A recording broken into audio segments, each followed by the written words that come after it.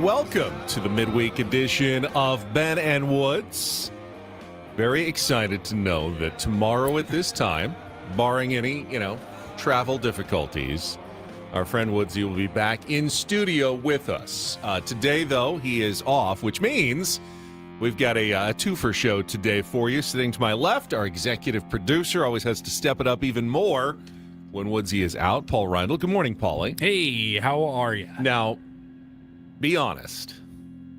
We both are looking forward to having Woods back, but knowing that we're not going to even try today to hook up any technology, find any workaround solutions to get him on the air from Hawaii, actually took a little stress out of your life this morning as we got ready for the show. Yeah, it was a lot. It was not super fun. Just like spending like your whole afternoon trying to figure something out, and then it still doesn't work when you thought you had it. Little things like I wasn't really able to like edit any audio during our show for the last couple of days. So that wasn't great. You dealt with it way more than I did, and I appreciate that. So thank you. You're welcome. But even I was starting to get a little tired of the constant complaining from the guy on vacation in Hawaii. Oh. I mean, I get it. I wouldn't want to get up at 2 a.m. to work when I'm on vacation with my family either. So I understand and I sympathize. But at some point, I just kind of wanted to tear my hair out a little bit. And again, very excited to have him back in studio tomorrow. We love Woods. We miss Woods, especially in our foreplay segments every single morning. But, yeah, it was time for him to come home. That's all I'm saying. It was just time for him to come home. On Monday afternoon when I was, filtering calls between Woods, engineering, Adam, whoever else, trying to figure all of this out. I'm like, this guy's on vacation. This is a lot of work for a guy that's on vacation right now. And I go, look, we figured it out. He's got his AirPods. Like, we got through today's show. We could probably get through tomorrow's, meaning yesterday's show. I was like, we'll be fine. Because at the end of the day, guys, I'm sick of dealing with this right now. I don't care. It's 6 o'clock on a Monday night. I'm done with this. I want to get your observation here because I think ultimately Woods and I are both guys who just want to make sure it gets done. At the end of the day, whatever needs to get done, we get it done. Mm-hmm. But Woods does it, and anything that goes wrong, anything that's off, he's going to say something.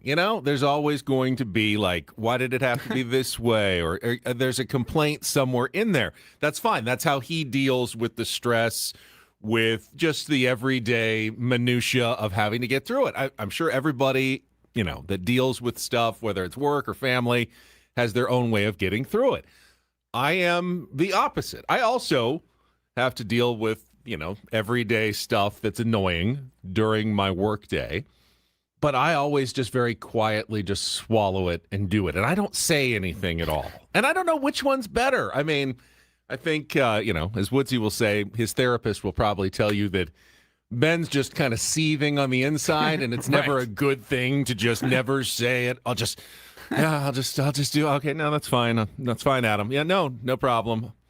I'll handle it. It's fine. I'll get it done. Thanks. Whereas Woods is going to make a big production of it and then also get it done in the end the same way. We get to the same place. We just take different paths to get there. I feel like I'm a pretty good blend. I'm kind of right in the middle. What I mean by that is I pick and choose my battles, whether it's management or whoever. I just I play it out in my head and I go, all right, this has happened 5 times and this has been the same 5 results. Is it really worth getting upset about for the 6th time, or is it just going to happen again for the 6th time? And I think people would say, well, if you don't say anything, nothing's ever going to change. If you really want it to change. I don't know that either of us does. And again, if you are one who goes, oh, there's Woods complaining again, and you start rolling your eyes, I can't stress enough. The guy is he wants to get it done. He wants things done the right way. He cares about the show. He cares about the audience, cares about this station, cares about the tier ones massively. Like, you have no idea how much he cares about this. And, I appreciate that. And I think it's one of the reasons why tier ones really love listening to him in the morning. But you have to take the the bad with the good sometimes, and that's part of his process to get there. So, want to wish the Woods family safe travels today as they return stateside from their vacation. And again, we should have Woodsy in tomorrow for the full show. Got an Epic Wings, Epic Padres roundtable tomorrow from 9 to 10 o'clock as well. I do believe Tim Stauffer is going to be coming in and joining us for that show. That's what Adam told me, so looking forward to that. Paulie, how was your Tuesday, though? Anything interesting to report from your end over the last 20 hours?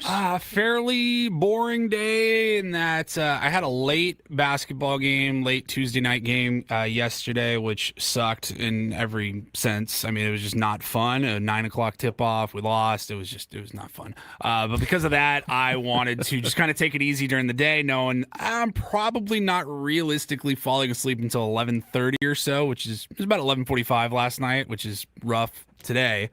I was hanging out yesterday while the wife was at work and watched this movie. I don't think you've heard of it, Obsession.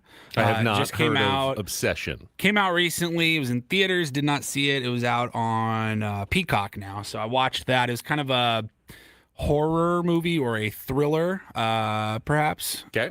Not too gory, but very much a mind warp of a movie where this guy... No spoilers, but he makes a wish that the girl that he likes would love him more than anyone else in the world. And he loves it because the wish comes true, and he loves it for a little while.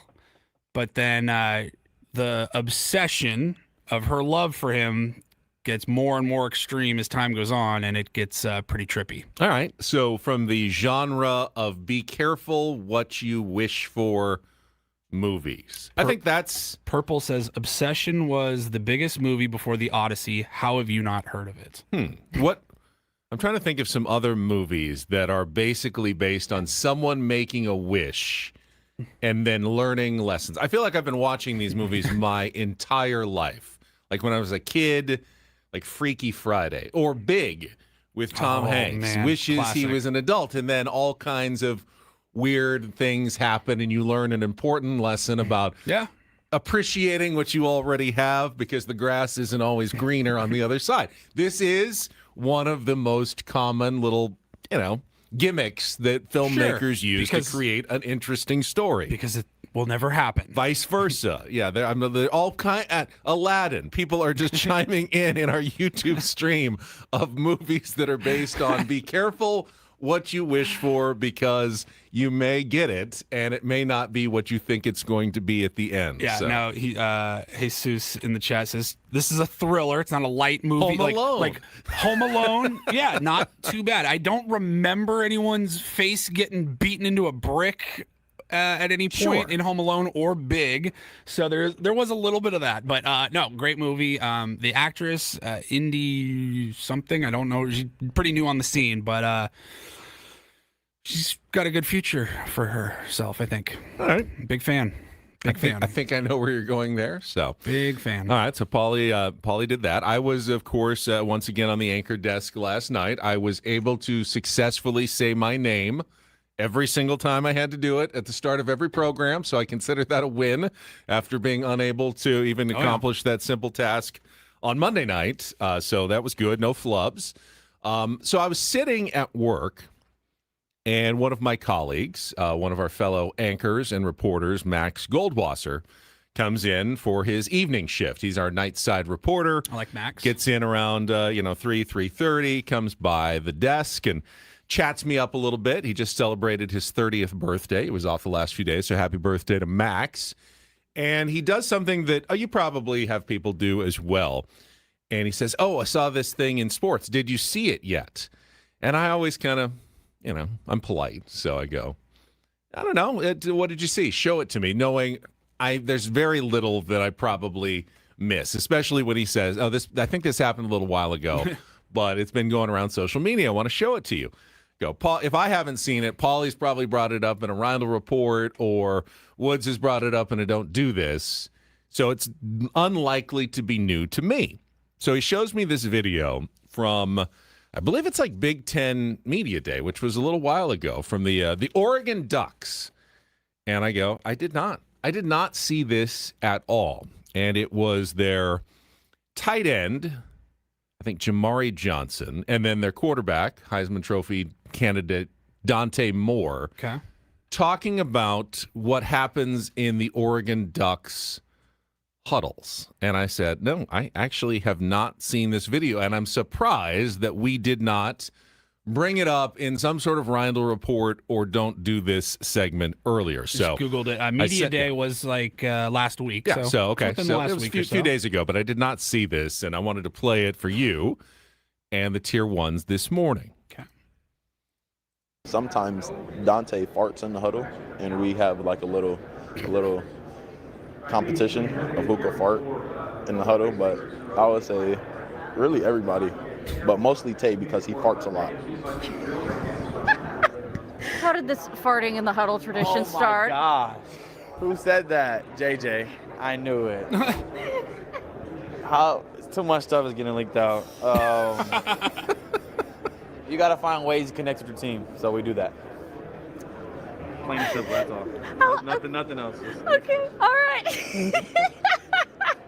This is bad. Got to find ways to connect as a team, so they are having fart contests in the huddle. It's a bit to build a little, team camaraderie and morale that the quarterback, to be funny, when they get in the huddle, will pass gas as loudly as he possibly can, and then other guys will follow suit. I chuckled, certainly. I mean, that is something that I would imagine if I'm Dante Moore and, probably going to be a top NFL draft pick and in the media spotlight all year. I'm not necessarily proud about getting out, but if it's working for them. My question is, there's 11 guys in the huddle. I know, like, Woods, if he would think it's hilarious. He would absolutely think it's hilarious. I mean, to be fair, farts are always funny. See, now that's the one thing. Does everyone think that way?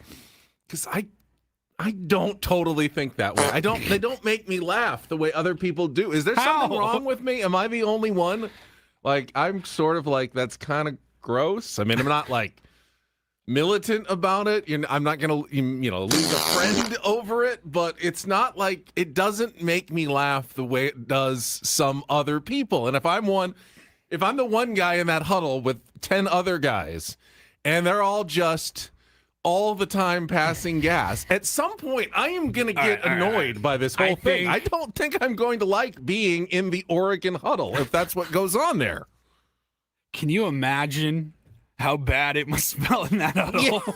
Yeah. Unbelievable. I mean, their at least locker they're room, outside for the most the part. The team bus, are they all just, is this only in the huddle? I hope it's only in the huddle, like out in the field away from everybody else, but still.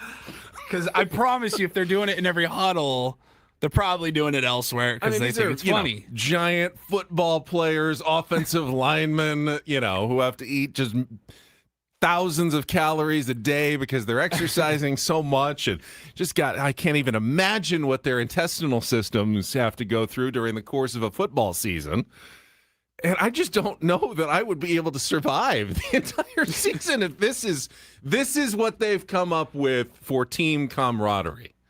But yeah, you guys always laugh. We'll do it kind of. They're funny.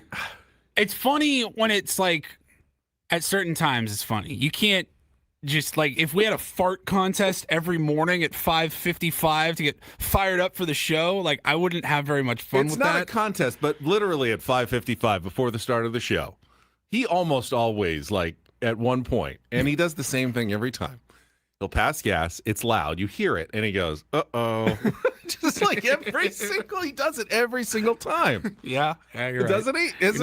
He does it, and he thinks it's so funny every single time for whatever reason. Oh, I mean, they say never trust a fart. Woods has talked openly on the show about trusting a fart too much, more than once. Yes, he has. So he really should be careful, but I digress. I really don't trust my intestinal system at all. So I'm always just kind of clenching up all day just to make sure nothing ever gets out. Just again, as I started the show, the difference between Me and Woods. Woods lets it out, Sure. and I keep it in. That's like the entire difference. Otherwise, we're the same age. We got the same interest. We live a few miles apart. Even That's though we the didn't only know difference each other between you until guys? 8 years ago, we're actually very similar people. But, everything else branches out from he lets it out, I keep it in. And, Right. Our personality differences, which are significant, are, I think, all stem From that. that one thing. I keep it in, he lets it out. And that is ultimately the biggest difference between Ben and Woods. I think to put it another way, you're both similar in that I would say you're both very much introverted. For having That is true. several publicly outward-facing jobs, fairly introverted people. Woods is just very good at appearing to be extroverted when he's really introverted. Yes, which makes him, of course, San Diego's concierge, Exactly. which I got one yesterday. You did. I did. And I don't For know. Woods or for you? No, for myself, which is unusual. But I had someone who just begged me.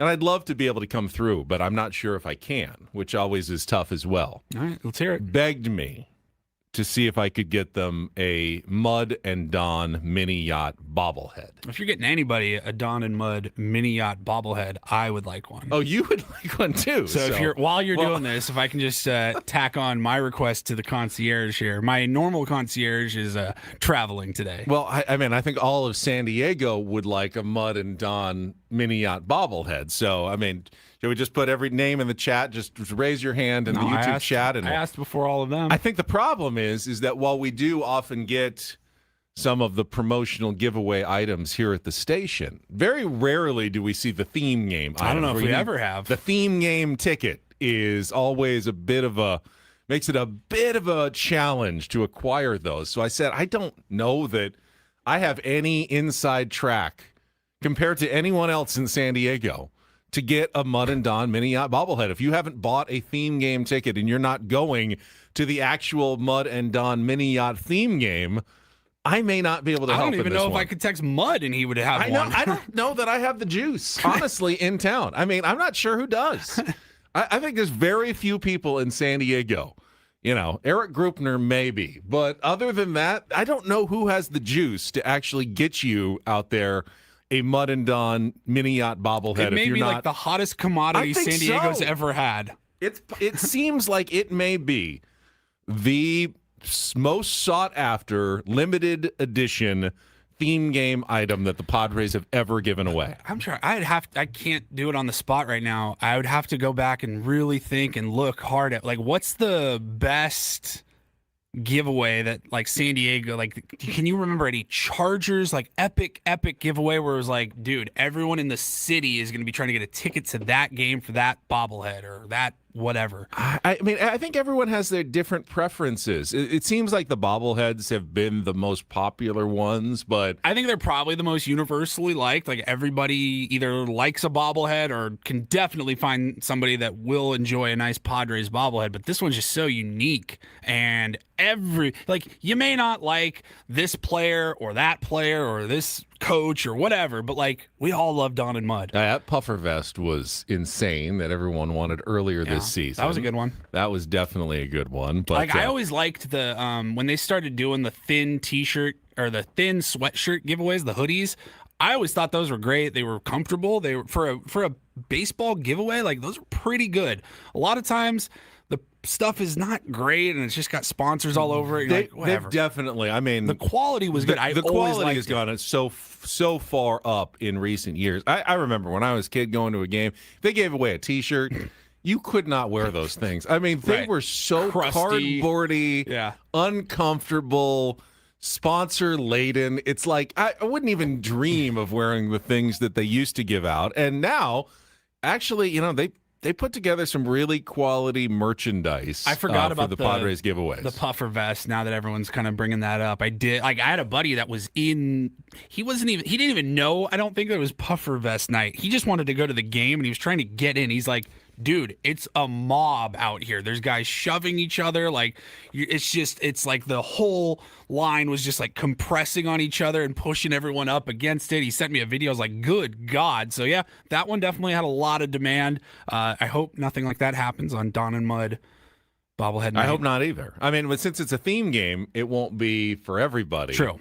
Although, I mean, can you imagine if you were at that game and other people were getting it and you weren't because you didn't have a theme game ticket? Yeah. I mean, I wonder how many theme game tickets they have. I don't know what the percentage of theme game versus not theme game is. A stadium giveaway, a normal giveaway would be 40,000 people. First most 40,000 in attendance. So what is a theme? I don't know. Is it 1,000? Is it 10,000? I have no idea what the total number for the theme game is. As a hobbyist in the sports collectible world, I can say that would increase the value of any Dawn and Mud bobblehead on the secondary market, being that there's only a few thousand versus Bill 40,000. says 5,000.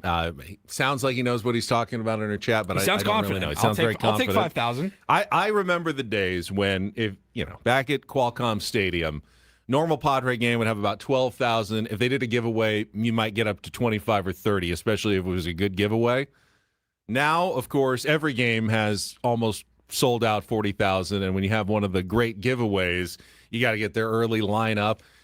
As I always said, Paul, be careful what you wish for back in the day, because you may actually get it someday, that the Padres are so popular and the giveaways are so good that people are now fighting each other and begging you to acquire these giveaway items that they can't get for themselves. So it's almost an obsession, I would say, of Padres fans. I see what you did there. All right, I've tied all the threads together. I see what you did there. I think we can wrap up foreplay and get to the rest of the show. We do have a good show planned for you today. Two of our favorite guests will be joining us. We will set the menu. We will also give you an update on yesterday's rehab appearances.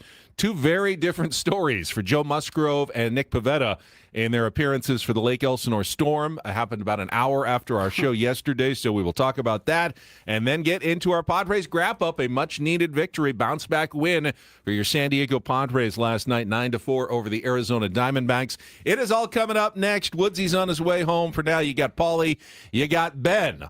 Broadcasting live from the Bill House Studios, we know how, on San Diego's #1 sports station, 97.3 The Fan. First, though, as a baseball fan, you know the best teams don't wait until the end of the season to make adjustments. We just saw just about every team in baseball make some trades this past week. They look at what's working, what's not, and they make changes early. That mindset matters in retirement, too. That's where Trajan Wealth can help. TRAJANwealth.com. Their fiduciary advisors work with you to review your current investments and retirement strategy, helping identify risks, inefficiencies, or opportunities you may be missing, especially in today's unpredictable market. Sometimes it's not about starting over. It's just make some smart adjustments. Trajan Wealth has offices at Liberty Station, Carlsbad, and Escondido. They work with people who want clarity instead of guesswork. So if it's been a while since you reviewed your plan, now's a great time to start. Call 1-855-TRAJAN-1. That's 1-855-TRAJAN-1, or just take a couple of minutes online at TRAJANwealth.com. Trajan Wealth. Plan smarter, dream bigger. Advisory services through Trajan Wealth, LLC. Additional services through Trajan Estate and Trajan Tax. Actual client paid advertisement. Additional disclosures at TrajanWealth.com.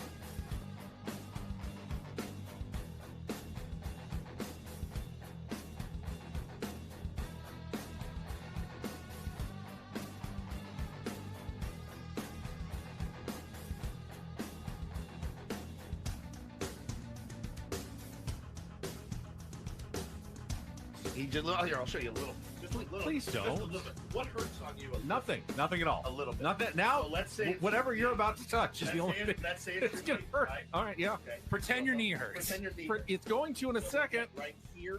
Oh, that is not pleasant. Hey, player, this is all yours. This room with this view. This speakeasy with this cocktail. Hey, could you make that too? The spa with this. Ah. And this pool on this roof. This is all for you. The all-new Hamul Casino Resort, now open.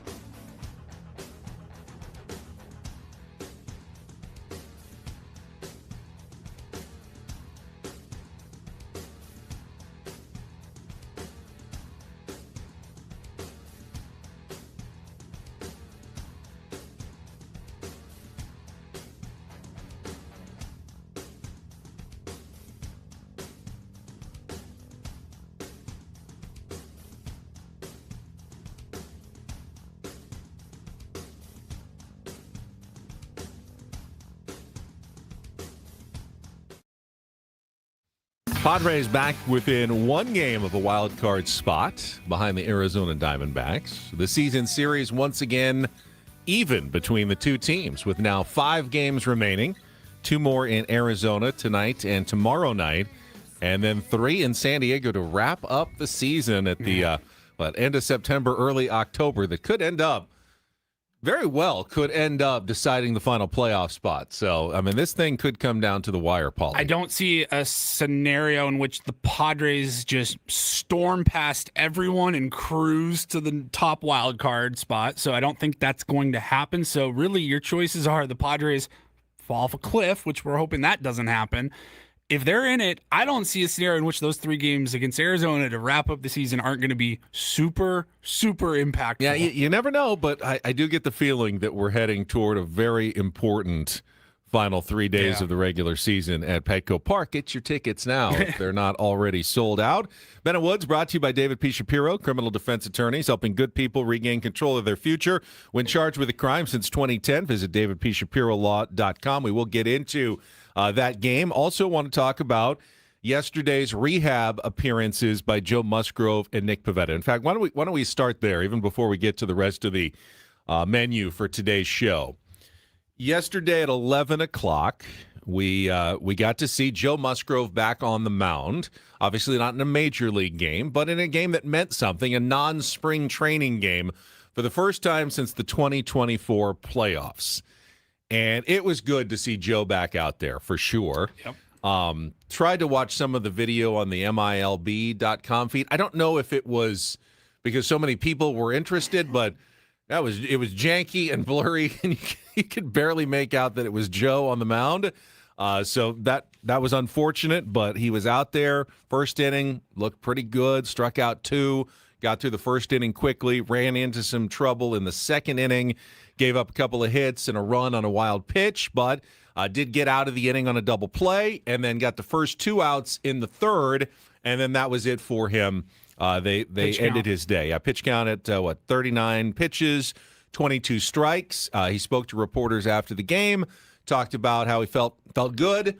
Didn't quite have the command he was hoping for, especially not getting ahead early with his off-speed stuff. But he said the shapes felt good, the arm felt good.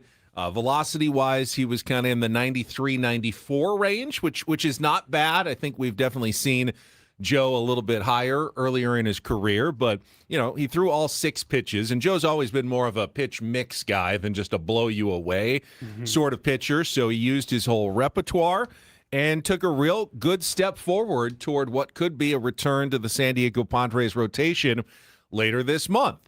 Now, while he was talking to reporters following his outing, in the top of the 4th inning, Nick Pivetta goes out and begins his first rehab assignment.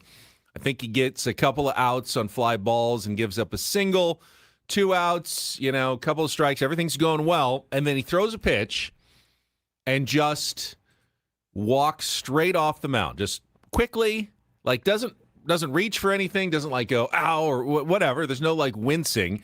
Just walks straight off the mound and pauses for a second, and then seems to be greeted by a trainer as he's kind of walking toward the dugout, and he immediately walks off, and that's it. Obviously, my heart sunk, seeing that video, right? I mean, I think everybody's first thought was, even if it's not a major re-injury, did his elbow just go again, or right. He finally completely blew it out, it's a setback to the point where he's going to at least have to start over, more rest. This is probably means we're not seeing Nick Pivetta at all this season. And with his contract status up in the air, his option up in the air, we may not see Nick Pivetta in a San Diego Padres uniform again. That was my first thought. And I'm not a doomer, but even my sunny optimism couldn't really get my mind around over anything else that could have been. Just about everything in the video that I saw from Nick Pivetta there it screamed, I'm done. You have seen it 100 times where a pitcher feels something and they walk right off, maybe in tears, maybe they're angry, whatever, where they know, crap, I just set myself back, 12 to 16 months or something like that. So I think, I don't think that's crazy. We all were thinking that. However, there was also some weird body language in the sense that, so for context, it was a 2-2 count with 2 outs, and it was a questionable ball strike call. I thought for a second, and maybe it was because I was trying to talk myself into, please don't be hurt bad. I even texted you. I was like, is it possible that he thought it was strike 3, walked off the mound because it was strike 3, and then he pauses and he looks kind of towards the umpire, it looked like, from the angle that I saw. Did he hear, no, dude, that's ball 3, not strike 3? And he goes, what? And at that point, was he embarrassed? I don't know. I don't know. I or hope was he hurt? That's not it. I think, Nick, we have seen him. He does that kind of huff puff walk, and when he's intense when he's out on the mound. Intense. Really nice guy outside of the mound, but when he's out there, his nostrils flaring, and he's really intense, and he's really in his own head and focused on the game. And I don't know. So he did not speak to reporters afterwards, but Craig Stammen gave an update later in the day during his pregame media scrum at Chase Field in Arizona. And he said, it actually, after that inning, he felt like maybe something was wrong with the elbow when he threw that pitch, but gave it a few minutes and decided, you know what? No, it's feeling fine. May have been a little bit in his own head. And Joe even talked about that. That's one of the things that you battle when you're coming back, is just trusting that your elbow is going to hold up when you throw these pitches with maximum effort. And it's tough to mentally get yourself to the place. And he may have just spooked himself, maybe even unnecessarily for a moment. he went back and threw what Craig Stammen described as a full bullpen session underneath, the tunnels there at the Diamond at Lake Elsinore, threw all his pitches, threw at maximum velocity, and came out of it feeling pretty good. So that confused me so much when I saw that. That was a curveball. I guess I won't say it was a negative thing. I was obviously a sigh of relief, but I go, wait, in what world does a guy go out and throw max effort bullpens after having to exit a game because he thought he was hurt? That seemed kind of crazy. I was like, that doesn't seem right. I was like, so maybe he was just mad that it was ball 3 and not strike 3. But you also can't do that either. And I don't think that's what Nick Pivetta was doing. I am not saying that's what I thought happened. I would speculate, and maybe we'll hear Nick's explanation at some point. But I think he knows either he's successfully building up and will come back this season, and if he doesn't get it done now, then it's not going to happen, and he needs to take a different course, whether it's a surgery or something else to fix what's wrong with him. So I think he probably feels like, if I'm ever going to press myself and test it, do it now. Because if I'd say, I don't know if I can do this, let's take another 3 weeks off, it's too late. So he is pressing himself now to try to get back for the Padres and a potential postseason run if he can do it. So he tested himself and reportedly came out of it, all right. I think, the big thing will be, how does he feel today? Right. And, the Padres they'll get back with the team and evaluate with trainers and doctors and see how it's going. And then we'll see if Nick and Joe both make a throw session in a couple days from now and then make another rehab start, this weekend. Then we'll have an idea that they're both still on track to potentially return to the San Diego Padres rotation. So now, it is worth noting the clause in his contract, August 22nd, I believe, was the date where if he is not healthy and back on the roster by August 22nd, then the Padres would then have the option to void out the remaining 2 years, 32 million? Yeah, so he has a player option for next year at $14 million. If he spends a certain amount of time on the injured list, which will come to pass on August 22nd, that would then convert to a team option. 2.5 weeks from now. Right. So if he's not back, but it doesn't necessarily change anything. If he comes back in September and pitches well and feels like he's healthy, Padres might very well want to pick up that option and keep it going. Nick Pivetta at $14 million, if he pitches anything like Nick Pivetta, is a steal. And even if Nick Pivetta has a setback and actually never pitches another inning this season, the Padres would still have to go, all right, well, is he going to be healthy for next year? Because we don't have any pitching for next year, and we could pick him up for 2 years. I think that's going to be one of the big stories of the offseason. Obviously, the lockout. I don't even think it's that big of a story. $16 million for a starter in any capacity is a steal these days. It is. So for Nick Pivetta, I would take that. It'll be the medical staff determining what they think really is the future. Because if you think, no, he's going to need surgery, he's going to be out we're not going to be privy to that information, but the Padres are going to have to make a big decision. Or if he comes back before August 22nd, Nick will have to make a big decision as well. Because if he thinks he's healthy and shows great stuff in the final month and a half, he may want to void his deal and become a free agent and, hit the open market and try to make more money. If he's not sure, he may want to opt in and, continue to rehab and work with the San Diego Padres. So a lot of little subplots team going option on. Instead of a player option, instead of voiding it. It's the same thing. If the team wants to get out of the contract, if it becomes their option, they can get out of the contract. We're saying the same thing. It is. Yeah. But, both sides will have their own motivations whether they want to keep it or not keep it. When you look at the need for pitching that the Padres will still have on paper for next year and beyond, I think it will be very telling if during the offseason we find out that the team is able to get out of it and they do drop it like that. Even if they don't say anything, that would tell you the medicals are saying it's not worth the $30 million risk. Yeah, we'll talk more about this. We got a couple of great guests for you today coming up at 7:35. It is a Big League Wednesday, so we will be joined by our friend and Odyssey podcaster and MLB insider Brett Boone. Plus, in our 8 o'clock hour at 8:35, our good friend and chief Washington correspondent for CBS News, Major Garrett, going to chime in with his thoughts post-trade deadline, the moves that the Padres made. We'll have a good conversation conversation with Woods out. He said he's available this week, but then he was going to be unavailable for a couple of weeks, so we wanted to sneak Major in before his schedule He's gets been very really chatty busy. with us via text the last few weeks. He's got a lot of thoughts on this Padres He's team. emotional. You wouldn't think it, but he's emotional like Woods. He swings from doomer to all in. Let's ride with our trade deadline acquisitions.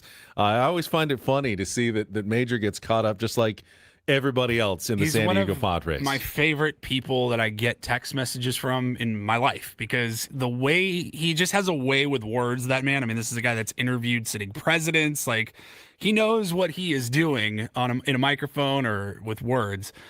And he'll just say something like, "Gentlemen, I come to you this afternoon bearing the depths of my purple and gold soul.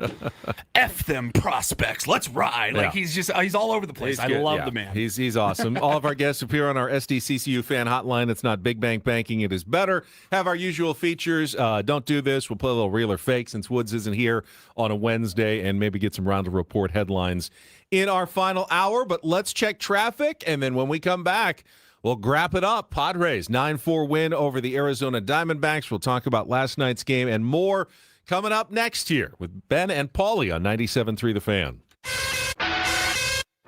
From the 97.3 The Fan Traffic Center, here's your latest traffic update. National City 805 southbound. We have slowing from East Plaza Boulevard with on and off traffic through 94, clearing at the 8. I'm Fonseca with your San Diego traffic. This report is brought to you by Valvoline Instant Oil Change. Before your next summer road trip, stop by Valvoline Instant Oil Change. With no appointment needed, it's an easy way to help keep your vehicle running at its best. Valvoline Instant Oil Change, your 15-minute drive-through oil change. Coupons at SoCalOilChange.com. I love winning, man. I love winning. You hear what I'm saying? It's like better than losing. Are you How did things play out in yesterday's game? I liked last night's game. It's time for the Padres wrap-up with Ben and Woods. You guys are the voice of San Diego. Brought to you by Hamul Casino Resort. Hey, player, the rooftop pool's open, day passes are available, and the spa is calling your name. Hamul Casino Resort, the player's place. Rodriguez deals, Machado swings, laces it in the air deep down the left field line. That's going to get down, bounces up against the base of the wall. Fernando scores easily. Machado into second with an RBI double, and the Padres a 1-0 lead here in the first. Merrill swings, hits it through the right side. That's a base hit. Machado going to be waved. Carroll does not have a great arm. Here comes the throw to the plate, and he is safe as the ball gets away from McCann. Merrill slides into second base, and the Padres lead it 2-0. First pitch swinging, ground ball right back up the middle, into center and a base hit. Waldschmidt charges it. Merrill's on his way home. The throw will be cut, and an RBI single for Xander Bogaerts. It's 3-0. And Machado swings, loops it into shallow right field. That's going to get down. Carroll's got to play it on one hop. Bowen has scored. Fernando's right behind him. The throw and the tag, not in time. A 2-run bloop single for Manny Machado, and it's 5-0. Merrill hits it through the right side, base hit. Rengifo trots home. Machado wheels around to third base, and on the 10th pitch of the at-bat, Jackson Merrill makes it 6-0. And Machado chops it up the middle. That will bounce into center field and a base hit. Rengifo on his way home. He'll score. How about another for Manny Machado? RBI single, his fourth run batted into the night, and it's 7-0. As for me, lifts this one in the air to shallow left center field. That's going to get down. It's going to bounce and get cut off by Waldschmidt, but not before Merrill comes in to score. Fermin into second base with an RBI double. His first hit of the day makes it 8-0. Swings here and hits one in the air deep to left field. Workman is going back. He's at the wall. This one gonna go. Nolan Arenado with another home run against the Pods. This one a 2-run shot against his former Rockies teammate, and it's 8-2. 1 pitch. McCann in the air deep to left field. Workman going back. This one gonna go. Second 2-run homer of the inning for the Diamondbacks. All of a sudden, it's 8-4. And Jake swings, hits it on the ground through the right side, and a base hit. Song grounding third on his way. Carroll's throw will go to third, and not in time.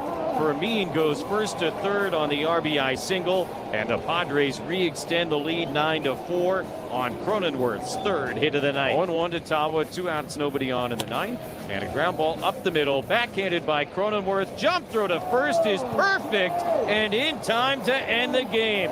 Jake Cronenworth puts on a defensive clinic here tonight, and the Padre bats do big work while Randy Vasquez throws 6 shutout innings, and the Pods even this series up with a 9-4 win at Chase Field. Yeah, Randy pitched great. We've been using him in a little bit of a swing role, different kind of role. We needed him to start tonight, and we got out to a big lead, and he kind of went with it, threw a bunch of strikes. I think on the board it said he was 80% first pitch strikes. It makes an old pitcher real happy. Throw out a bad half inning from German Marquez, and that was all around one of the best performances of the season by the San Diego Padres. Offense, pitching, defense. I mean, every facet of the game was sharp yesterday for the San Diego Padres, starting with the bats. Coming off a game in which they got completely shut down by Brandon Pfaadt, you go, ooh, I hope they're not sliding down into, slump territory here. Oh, we talked about it yesterday. Eduardo Rodriguez, very good pitcher. He's had a really good year for the Diamondbacks. No one's done that to him all year long. He's been fantastic.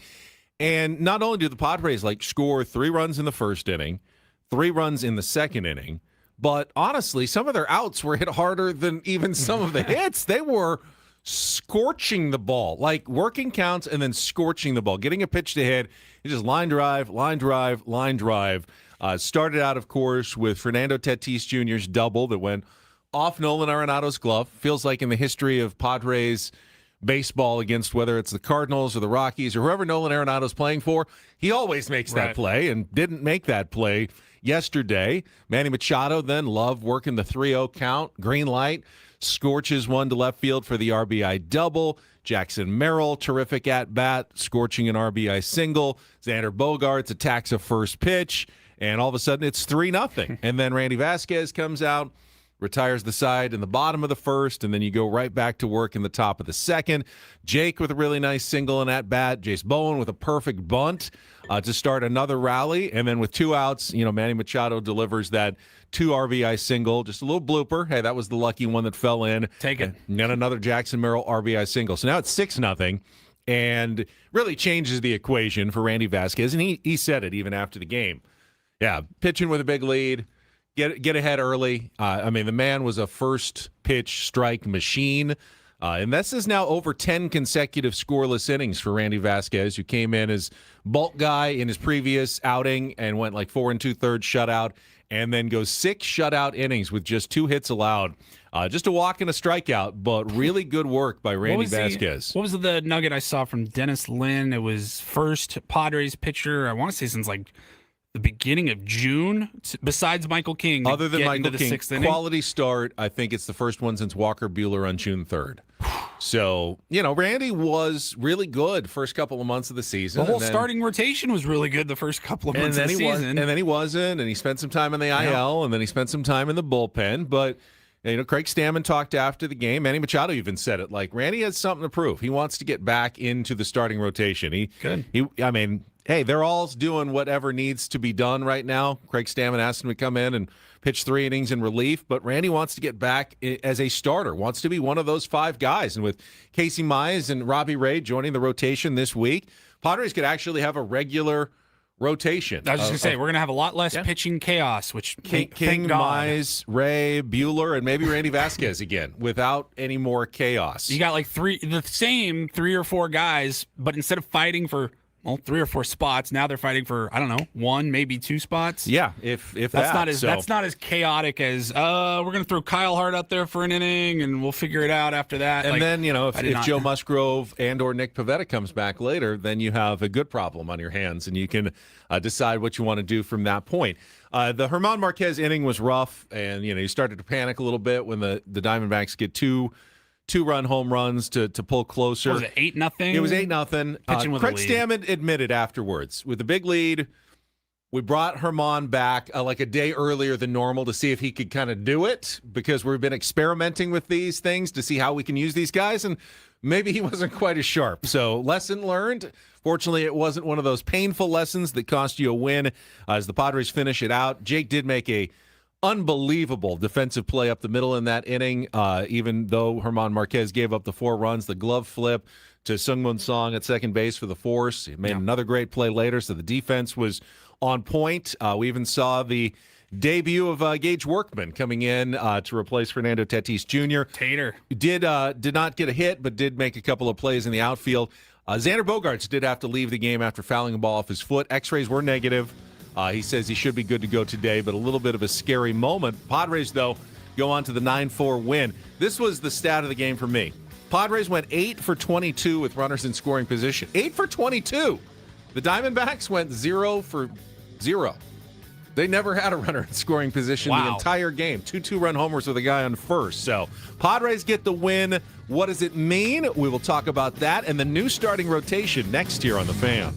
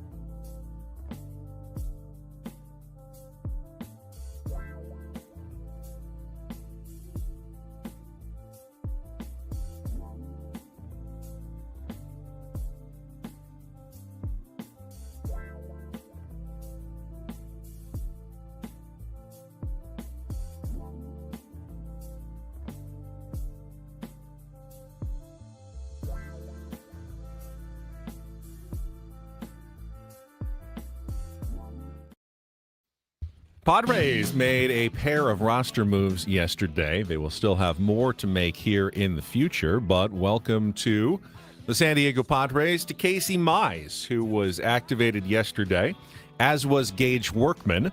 J.P. Sears and Rodolfo Duran were optioned down to AAA, and Craig Stammen did announce that Casey Mize will make his Padres debut tonight on the mound in Game 3 against the Arizona Diamondbacks. Robbie Ray is expected to join the team, I think sometime today. Will probably be activated tomorrow ahead of Friday's start against the Houston Astros. I saw that, and I thought, okay. And then I thought, I know it's early August, but if the Padres do lose tonight, wouldn't you want Robbie Ray to go tomorrow if he's able to on a week's rest and try to get that win against the Diamondbacks team to at least split the series? I mean, if the Padres lose tonight, tomorrow's a pretty big game for reasons that you laid out earlier this morning, coming down to the tiebreaker at the end of the year, that 3-game series. Like, I don't know. If Robbie Ray's available and ready to go and the Padres lose tonight, I think he's the guy that you need to put out there on Thursday. Right. I think your argument works whether they win or lose tonight. Fair enough. It's I'm saying just as important especially to the if game. they lose. Especially if they lose tonight. To split, I'm saying to split the series, I think that's got to be the move, but we'll see. Now, I don't know if Robbie Ray is totally available. I don't think he's even with the team yet. He's working on moving his family, from San Francisco, which, I mean, I guess if it was an emergency, they can get him down there, but there is some chaos associated with the trade deadline. He's rested enough that he can pitch. I don't know how long it takes, Paul. I've never been traded. Don't know what the process is like. Obviously, Casey Mize got here and is available to pitch today, but, Robbie Ray, they're given another Tuesday, couple Wednesday, of days. I feel like a player should be ready to go. It could also be a Thursday. matchups thing. They may like the matchups against the Astros for Robbie Ray better than the ones against the Diamondbacks. That organization knows him well. He pitched there for 5 or 6 years. So there's probably a lot that goes into it. I don't know the answer, so I'm just kind of speculating. But I do acknowledge your argument that the next 2 games are really more important than any other games you're playing. So you want to give yourself the best chance to win. Padres have given themselves good chances to win, even with Walker Buehler, other guys on the mound. You should hopefully have, if Casey Mize, who has pitched deep into a lot of games this season, Robbie Ray has done even better. I think he's pitched 8 a couple of times. With him backing up on Friday, knowing you can expect a long start, you can really empty your bullpen on Thursday and go for it tomorrow in the final game of the series as well, with all your high leverage guys. You almost, yesterday would have been ideally Germán Marquez pitches the last 3 innings, and you don't use any of your bullpen. You ended up using Bradley Rodriguez for an inning and Griffin Canning for an inning. You did have Mason Miller warming up just in case. Perfect world. Guys never even get up. Marquez throws 3, and you're completely rested and ready to go for today. But you're still in pretty good shape, as good a shape as you've been in a while when it comes to your bullpen, thanks to what Randy Vasquez did yesterday. So, it was huge. Yeah, it was big for the San Diego Padres to get that performance, and now they still have a chance to win the series or even split the series, which not going to change things now. I said splitting on the road is fine and keep you within a game of a playoff spot, but if you can win today, do what you did against the Giants, lose the first one, win the next 3, and take the series, that would put the Arizona Diamondbacks in a tough spot, because then they know they still have to come back to Petco Park. They'd be a game behind the Padres in the wild card race after the series. You can really do some damage here if you can play well these next couple of days. Padres continue to get praise from around the league for their moves at the deadline. And, we're praising them here as well, praising A.J. Preller.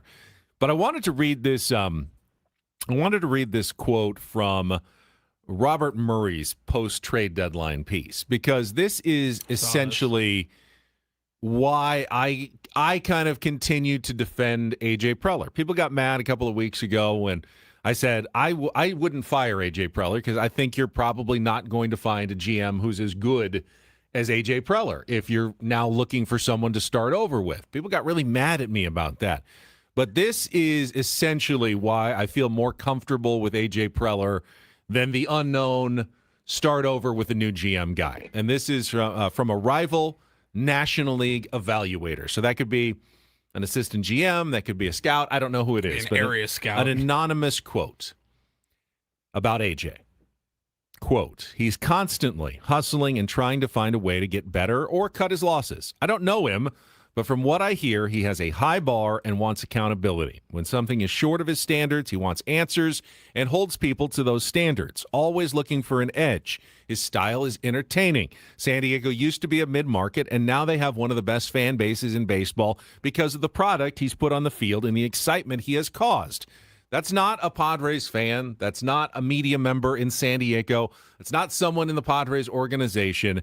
That is a rival evaluator who doesn't really even know AJ that well. That's his reputation around the league. And I don't know about you, Paulie, but that's what I want in my GM, in my guy running my baseball team. If I'm a fan, all he's doing is hustling and trying to find a way to get better. Does he make all the right decisions?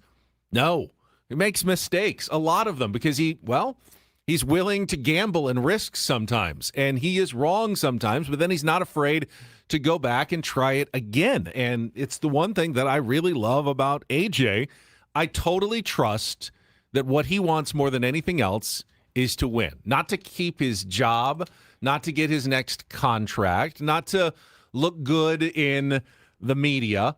He just wants to find a way to get the Padres to win. And I believe he's smart enough to do it. Has it worked out for him so far?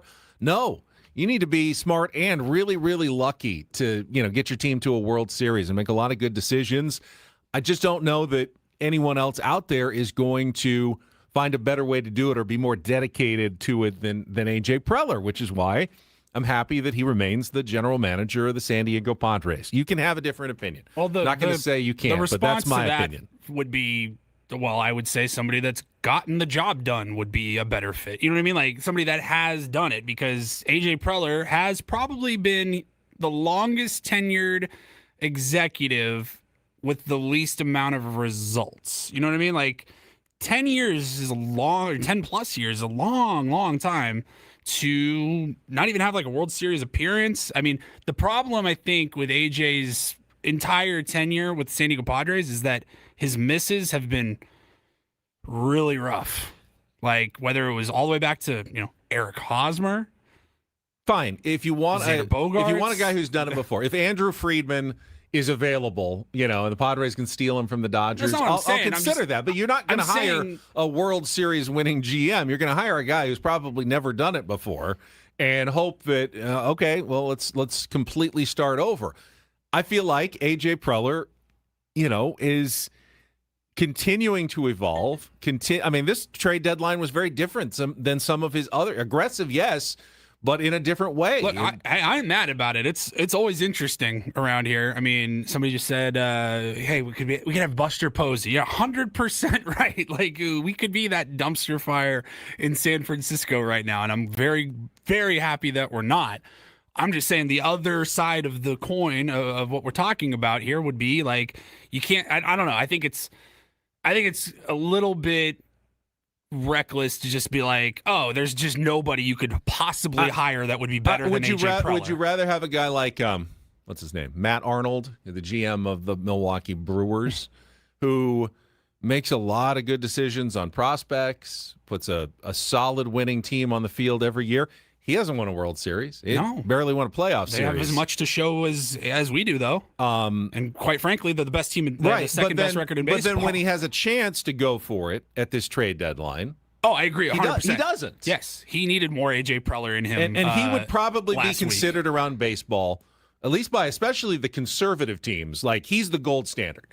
I would imagine there are teams out there that would dream of having a Matt Arnold as their GM right now. Man, the guy finds cheap talent. He wins on the field with a low payroll. That is the ideal for a lot of owners out there.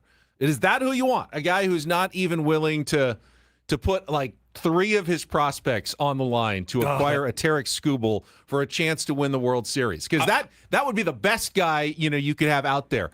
I'd rather have AJ Preller. I'd rather have AJ Preller than Matt Arnold. Said it on Tuesday morning. I would have been livid if I was a Brewers fan or said it on Monday morning because the trade happened on Saturday night. I would have been so mad if I was a Brewers fan. I'm like, what are you talking about, guys? This is the best team we've had in God knows how long. You got Jacob Mizorowski, who's all-world pitcher A and all-world 1B, is Tarek Skubal. You got a chance to pair them together. Just all it costs you is some prospects. Like I would be so mad if I was a Brewers fan. You're right. You're right about that. So, again, that was the opinion of someone else. I just saw it yesterday and wanted to throw it out there. We're all happy right now with AJ because we think he did a good job at the trade deadline. We ride this roller coaster for years between Rockstar GM and the guy's the worst and has to be fired. Rockstar GM, the guy's the worst. I thought and he had has a to be fired. good trade deadline. I don't think it has to be so extreme one way or the other. He doesn't. He didn't make a rock star move, but he did get two of the best starting pitchers that were available for a team that desperately needed starting pitching. Sure, would we have liked the bat? Of course, but I have to just trust that the trade, the move wasn't there. And I think if he would have been making a trade just to get a bat, that's when you start really overpaying. The reality is rarely are things as black and white as fans will make them out to be. AJ's not a rock star GM, and he's not an idiot. He is, like many of them, he's somewhere in between. I look at the Dodgers fan base right now. I'm flabbergasted. And I know this is hard because my bar for Dodger fans is very low. Woodsy's is even lower. But right now, all I see are two kinds of Dodgers fans, and they're both the absolute worst at the moment. Dodgers lost their 5th game in a row yesterday. Tarek Skubal made his debut. Pitched well, but Cubs were better. Cubs are red hot. Beat them again. Dropped their 5th in a row. You have one side of Dodgers fans that are losing their minds that their team has lost 5 straight. And they're calling for coaches to be fired.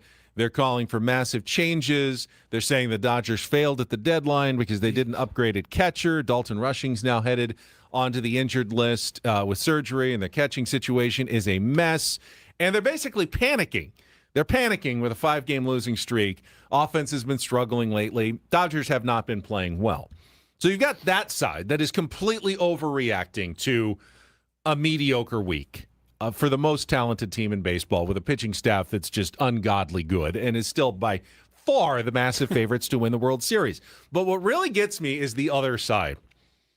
And it's the Dodgers fans right now who seem giddy that their team has lost 5 in a row, just so they can say to the rest of us, well, look, we're not ruining baseball. I mean, we don't have that many advantages. If we did, we certainly wouldn't lose 5 games in a row. I mean, come on. They're actually happy and excited about the fact that the Dodgers are losing right now, just so they can have a point to make in their argument that the Dodgers aren't some massively favored team to win the World Series who has been able to pick up just this ridiculous talent level of roster and pitching staff that would embarrass any other team in baseball. They go, see, we lost 5 games in a row. This is a toss-up. If we win the World Series, we're pretty much the underdogs at this point. We're the plucky underdogs who overcame just a massively bad week in August to come back and win the World Series at the end. Yeah, you're right. That made me upset. Yeah, they're not the smartest fan base, Ben. They're not. It's one or the other. I mean, it's ridiculous. It is one or the other right now. And fire the hitting coach. Yeah. It was fire the base coach, third base coach earlier in the year because he made like one bad decision. Yeah, that's tough. They're pretty ridiculous right now. And the irony is that I actually want them to be winning right now because they're playing teams that are ahead of the Padres in the wild card standings, like the Cubs. It's like, can you not help us out ever at all? Just for one solitary day, help the Padres in some way in the standings? Of course not. Of course not. Whatever the Dodgers do, it's always designed to elicit the maximum pain for Padres fan base. So that's where I stand. All right, let's take a little time out. When we come back, we're going to get to Don't Do This. Oh, man, where are we going? So many directions. So had an incident in I believe it was the Phillies game yesterday. That was fan behavior that is unacceptable in Major League Baseball. Don't do this. And then we also have a promotion that is raising some eyebrows in college football. We'll get to that coming up next. Broadcasting live from our Bill House studios. We know how. Ben Woods on a Wednesday morning on San Diego's #1 sports station, 97.3 The Fan. Gambling problem? Call 1-800-GAMBLER. GEGE 0000466. For a full list of games and rules, play at 7 Mile Casino. Visit 7milecasino.com. 7 Mile Casino is our card room. First walked in the doors about 8 years ago when we started this show, and I was blown away at how nice it was. I think I had a idea in my mind of what a card room right off the 5 freeway in Chula Vista might look like inside. I was wrong. It was upscale. Felt like I was going to a nice restaurant or club. Got windows, lights, no smoke. Beautiful patio, just great service. The dealers were friendly. Everybody, the staff there just wants you to have a really good time. You can play California-style blackjack, Texas Hold'em, poker, baccarat, or pai gow. They treat their players right. And then you can go have a great meal. Sammy's Wood-Fired Pizza inside 7 Mile Casino. Not only the regular pizzas and the chopped salads and the pastas, but they have the 24/7 players menu. Not going to find it at any other Sammy's, including the Kung Pao Chicken, one of my favorite dishes in all of San Diego. Enjoy a bar, drink at the bar. There's TVs all throughout. Really is spectacular. And then it comes with a great view of San Diego Bay and Coronado and the Silver Strand. So many reasons. Grab a friend, grab a little group, head to 7 Mile Casino, make it an afternoon, make it an evening, make it an early morning, because they're also open 24/7, which you don't have a lot of options in San Diego for late night, early morning, whatever. Check it out today. It's 7 Mile Casino, just 7 minutes from downtown.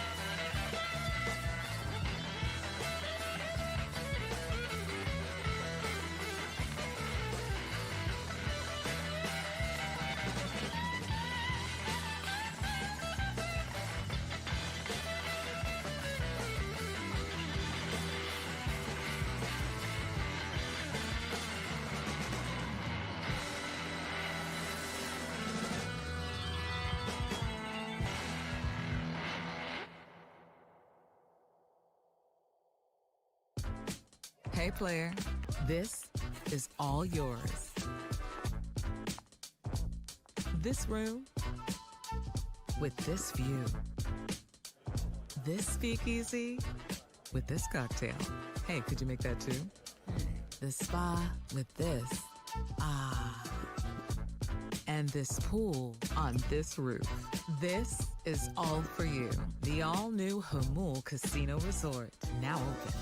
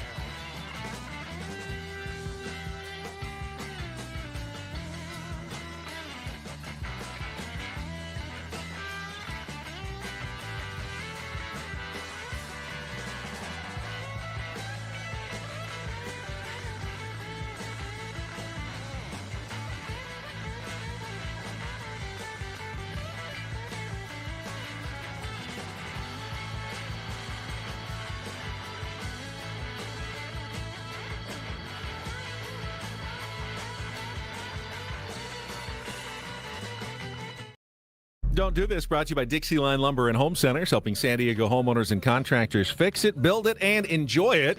I'll start with a DDT for myself just because I forgot we usually pay off the incorporator on Wednesday morning. Jesse did get his word, Rabdos, late in the game, but we'll hold on to that for a little while, and we will pay it off. So stay tuned.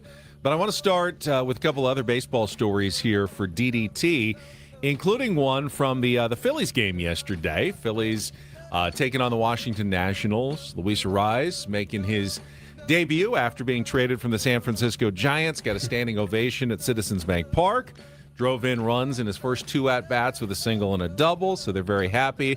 Remember Luis Arraez's first game with the Padres at home? Walk-off, fantastic, very exciting. But against the Dodgers, wasn't it? Was that against the Dodgers? I think it was against the Dodgers, yeah. I was sitting down the third base line that game. Very, very fun night. But the don't do this from this game comes from the 7th inning when Trey Turner was at the plate, and the game had to be paused for a brief while when a green laser pointer was spotted kind of going up on Trey's jersey and up onto his face. He had to back out of the box while it happened, and umpire stopped the game. This has happened a few times in baseball over the last few years.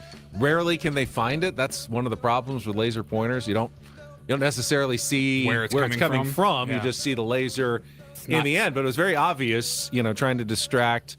It can be dangerous, a laser pointer in the eye. Certainly when you got a baseball coming at you really fast, you do not want one of those distractions. By the way, at any ballpark, laser pointers are banned, and if you're caught, you could even be arrested, face fines or jail time, certainly banned from the stadium in the future. So whoever did that, a huge don't do this for the fans. Also, it's tough because with the pitch clock and everything, you don't have the unlimited, hang on, we'll figure it out.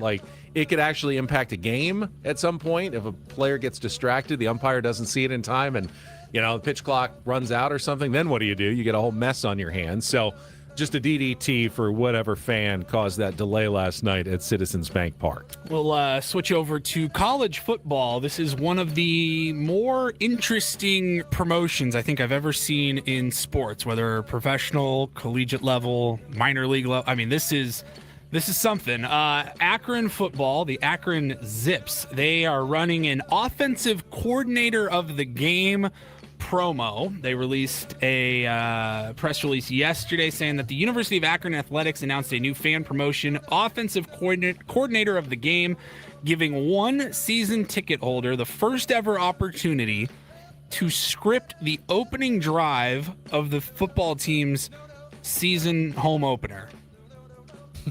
Now, you will be working alongside the coach, it says. I don't know if that means, you can be in the room when the coaching staff comes up with the opening drive. I don't think you can come up and just be like, all right, let's run 3 straight Hail Marys. Let's just go for it. But in theory, that's at least what's kind of being advertised. Season ticket holders will all be entered into a lottery drawing, and they're going to draw in a few weeks. And if you're selected, you will get to go and sit down with the coaching staff and help come up with the opening drive of the season. If you refer anybody as a season ticket holder to become a season ticket holder, you get a second entry. And so that is the promotion that they are running right now to try to get some more butts in seats. All right, couple thoughts here. Mostly probably harmless. I assume the coaches can overrule really wild plays that they don't want. We don't even have that play in our playbook. We can't run the that's easy. Come on, figure it out. And lateral. We don't even have that play in our playbook. I wouldn't be surprised if this is even moderately successful. Why a drawing for season ticket holders? Why not just whoever donates the most NIL money now gets to be the offensive coordinator? Hey, donate $50,000, call a series for our team. I mean, $100,000, we'll let you run routes. They're all looking for ways to make more money. But why I think it's a don't do this is really a no-win situation for the team. Let's say it doesn't go well, obviously. Well, then you wasted a series. Everyone's going this was a dumb idea. The guy came in and scripted some bad plays. Can and you now imagine the 3-0. comment section, the message boards for like the diehards of the Akron Zips fan base? They're going, but this is why we're an unserious team. Right. But then if it does work, that might even be worse. Then I say the same thing. I'll say, this is why we're not a serious team. The fans are calling better plays than the OC. Exactly. It does work. The coaches are going to wear it. So there's just no way you're not wearing it at the end of this promotion. Yeah. Which makes it, I think, overall kind of a bad idea. Probably. But certainly has us talking Akron Zips football for the first time ever on the Ben and Woods program in San Diego. So I will give them some credit for that one. All right, finally, speaking of promotions, let's get to a little doo-doo this. DD Mega Doo-Doo. This one's pretty fun. So I believe it's the Phillies and the Twins are playing this weekend in the Field of Dreams game in Dyersville, Iowa, in the cornfield. We've been doing this, 3 or 4 times now in Major League Baseball? Yeah. It's actually a pretty important game. Twins are like a game out of a playoff spot. Phillies are obviously holding the second wild card spot. In the past years, it felt like it was two teams that were totally out of it for some reason, but it's just big game. It is just one game, right? It's just one game, not a whole series. Just a one-game thing. The Phillies, as part of the Field of Dreams game promotion, though, have invited 4 players to come out and throw the ceremonial first pitch for like Ryan Howard, Jimmy Rollins. Yeah, great. But no, they've gone a different direction. They are bringing 4 phantom ball players. These are 4 guys who got called up at some point in Phillies history, were in uniform for a game, but never got in. A la Moonlight Graham. Guys who made it to the show, but never actually got into a game. So, wow. The tribute, they've got Tim Gradeville, catcher, 2006. Tim Leahy, pitcher, 2008. Jeff Singer, pitcher, 2022. And Will Toffee, infielder, 2022, who all got called up, got to be in the clubhouse. Guy got injured or something. Was ready to go, but they never actually got into a Major League Baseball game. And they will take part as part of the ceremonial first pitch for the Field of Dreams game, which that's pretty cool, right? That's smart. I'm just curious, the stat that just blows all of our minds is like if you took every player that ever played professional baseball, it'd be like half full Petco Park, like 22,000. They just got over 20,000 in the last couple of years. Right. Are you one of those 20,000 if you suit up and are on a roster, but you never actually get in a game, or do you have to register a statistic? You have to appear in a game to be one of those actual 20,000 plus who have been in a Major League Baseball game. So these are game. essentially career minor leaguers that maybe it was 1 or 2 or whatever, however many stints, but they got called up, never got to actually play in a game. Yeah. That's really cool. Yeah, I thought that was pretty smart. And that's that. Don't and do this for a Wednesday. That was Don't Do This with Ben and Woods on 97.3 The Fan. Ben and Woods brought to you by David P. Shapiro, criminal defense attorneys, helping good people regain control of their future when charged with a crime since 2010. Visit davidpshapirolaw.com. Why don't we hold the Incorporator payoff until our 8 o'clock reset? We'll do it after Brett Boone joins us on a Big League Wednesday. Talk to our Odyssey MLB insider post-trade deadline. Get his thoughts on all the moves, Padres, and more. Coming up next on San Diego's #1 sports station, 97.3 The Fan.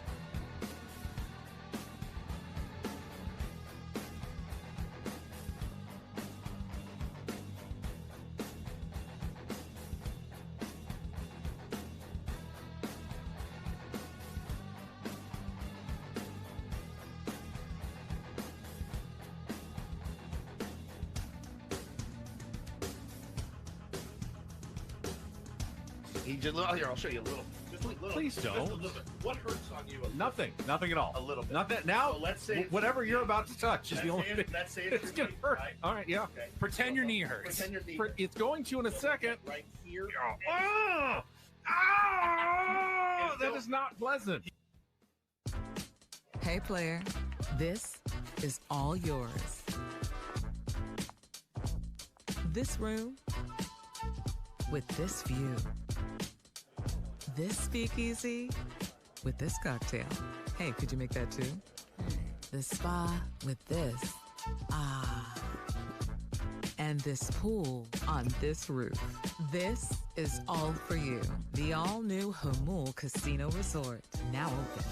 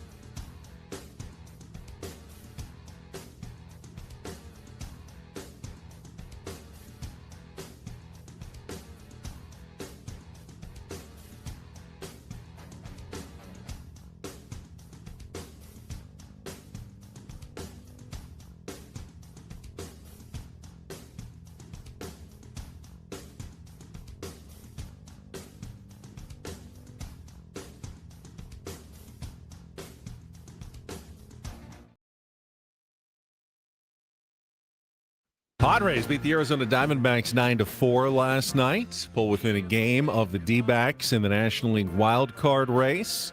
One of their two new pitchers acquired at the trade deadline, Casey Mize, will make his debut tonight at Chase Field. And those are just some of the topics we're going to be discussing right now with our MLB Odyssey insider, Brett Boone, host of the Brett Boone podcast, featuring weekly interviews with the most notable names in baseball. Insider calls are presented by Grainger, with professional-grade products from every industry. Grainger has you covered. Call, click Grainger.com, or just stop by. On a Big League Wednesday, we got Brett Boone with us. And, Booney, I want to ask you, because we talk about his moves all the time. We were discussing A.J. Preller, as the topic often is on this program and in this town among baseball fans. Good morning, guys. You live here in San Diego. What's your just overall impression of A.J. as a GM? He does it a little bit differently than everybody else, that's for sure. He does, but at the end of the day, he wants to, going into this, and we talked about it last week, put your ownership, put your general managers, the front office in position to where it makes it tough for them not to buy. And I know AJ Preller, since I've been following him, he's always wanting to buy. He's never one of those guys wanting to subtract. A bit mysterious how he works, but I think overall, the onus at the end of the day has always got to be on the players. I think you look at the product on the field, and some of it's starting to come to fruition. I think Merrill and Machado and Tatis are starting to play like they were expected to play. You look at the bullpen, the way it's constructed, there's talent all the way up and down. It's a very good bullpen. If you get Adam back at the end of August, man, that's a good bullpen. And then last minute, there were a lot of high profile moves made headed with the Scooble, and Peralta went, then Holmes went, and I'm thinking because, I've got a little bit of a local tie living here and visiting with you guys every week. I'm like, what Padres need to address that starting pitching. It's not good enough to go to the postseason. All of a sudden, kind of last minute, he pulls in what he pulls in, and he gets Casey Mize and Robbie Ray. And I loved it. I mean, I look at both of them. They're both all-stars a year ago. They're both having really good seasons. Casey Mize, only 86 innings this season, but his strikeout to walk ratio is one of the top in the game. I think he's just a quality starter. And at the last minute, the Padres, I thought, got exactly what they needed. I don't think they needed another bat. You've got all the bats.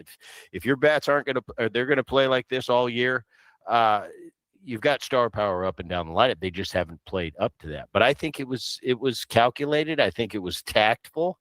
And I think at the end of the day, I have a show today about the deadline and who won, everybody does it. Who won, who lost. I got Harold Reynolds coming on. And I think for me, San Diego's one of the teams that won because I think they got exactly what they needed. I think AJ identified that. It was starting pitching. I don't have to worry about anything else. And he got two pretty darn good starters in a market after Scooble that was, a step down. But that's easy to say when Scooble's one of the best in the game. Some people will say the Padres once again overpaid, gave up, too many prospects, further depleting an already thin farm system. But there's something that I often see around trade deadline time, and you've probably seen this too, Booney. Like GMs who are convinced I will make a fair offer for what I think is a player that I'm trying to acquire. The teams that put together the fair offers, they get close to trades, but usually someone else beats them out. And AJ Preller is the one who generally beats them out and goes, I'm going to make an offer that you can't refuse. I'm going to offer you something that you have to say yes because I want your player. That's how he operates, and I think what makes him different than most of the other general managers who don't want to look bad in a trade. They don't want people to say, oh, he gave up too much, you overpaid for this. No, AJ Preller just wants the players that he wants, and he's willing to overpay to make sure that he's the one that gets them. Yeah, I agree with you. And what is really overpaying? You break these down, and unless you have a big time knowledge of all 30 teams and their farm systems, and you have a crystal ball that can say what these prospects, and that's what they are, they're prospects, what they're going to be in the future. Well, then you're unbelievable. And because I always think behind the scenes, going with a trade, what is overpaying? What is underpaying? It's weird. You take in because there's so many factors outside of just the player. Usually it's a star player for a bunch of guys nobody's heard of, and a couple of years later we hear of them. But there's also other things that come into the equation. Can you sign them long term? How much control do you have? In the Scooble trade, it's everybody who's talking about a rental. Is it a rental? If he goes to LA, maybe it's not a rental, but Scott Boras is his agent. He's probably going to go out on the free market. There's so many variables that I think it's tough to really pin down until we fast forward and let it play out a couple years into the future. What is really fair and what isn't fair? So I think the bottom line is Preller went out. He did what he had to do. You look at that team on paper, this Padres, and they've been underwhelming this year. Obviously, everybody would say that. And I think it's a lot to do with the starting pitching. If he doesn't get those two pitchers at the end, I'm sitting on the program with you today, Ben, saying, I don't believe in this. There's no way this Padre team can go anywhere this year. But you add those two, and it's a different perspective. Tough news yesterday with Pivetta walking off the mound. I saw that. But I guess he went and pitched a bullpen after that. So we'll see. We don't know. We don't know. Yeah, I don't think that's anything. You kind of right now out of sight, out of mind. You just got to pretend that you're operating without him for the rest of the season. But these two guys at the top, coupled with King, and I know his last couple outings haven't been King's best of the year, but that's a pretty good 1, 2, 3, coupled with that bullpen. And then you go to the lineup, and if Machado, Merrill, Tatis, and Cronenworth swung it a lot better. He got through all that concussion and the protocol and this and that. He's back to being the Cronenworth you expect. So I think it's plenty of offense, plenty of bullpen, and now staying healthy. Man, that starting rotation got a huge boost. And I think this is definitely a playoff team now, and I'd be surprised if they weren't sitting at a game out of the wild card. Booney, speaking of Cronenworth, did you see, as a fellow second baseman, the play that he made yesterday behind second base and the glove flip to get the force out? Really, how hard is that play? Because Jake does that one pretty well. He can do it to first base. He can do it at second base to throw the ball while it's still in your glove and not have it get stuck or, go the wrong way. I feel like that's really hard to do. I was wondering, if Booney remembered like any specific play, because you see one or two a year where a guy's like kind of still rolling and he somehow just flips it perfectly to his teammate, and it's always like the coolest play of the game. Absolutely, and use it. That's like a pull shoot. That's when your parachute doesn't open and everything's in play. Pull every backup shoot you got. But I don't suggest ever using that as the norm. I see that play, and it's in a desperate time. It's do or die. No other play would work but the glove flip, because you're right. It gets stuck in the web. It can roll up on your hand. That's absolutely a do or die play. I'll tell you what, Cronenworth, since the beginning, all the offensive woes he went through this year, defensively, he's always been really, really good, and continues to make great plays, and made some plays in the ninth inning too, at the end of the game last night. That do or die play, I'll tell you what I didn't do. There were very few backhand glove flips, because I felt if I could get my hand on it, and even like almost like a ricochet off my hand to the fielder, I have a better chance than messing with that glove and that web to do that flip. A lot of times on a slow roller, to me, a guy bring a bunt with me to second base, and it's the last ditch effort. Yeah, that forward glove flip, that's much easier to control. You're just kind of scooping it, yeah. Right. That backhand glove flip it's in the wrist. It's in a weird location. It's something that I personally, I don't know if they do nowadays. I never practiced that play, so I had no idea. The front glove flip, I would practice quite a bit. But when in doubt, if there was any option to get that ball into my hand and still get the out, I always go with that, because it's much more efficient, and I never make that mistake. Once I get the ball in my hand, I'm going to get it to you and give it to you a strike. So I know that. The glove flips last minute. Talking to Pull shoot. Pull the shoot.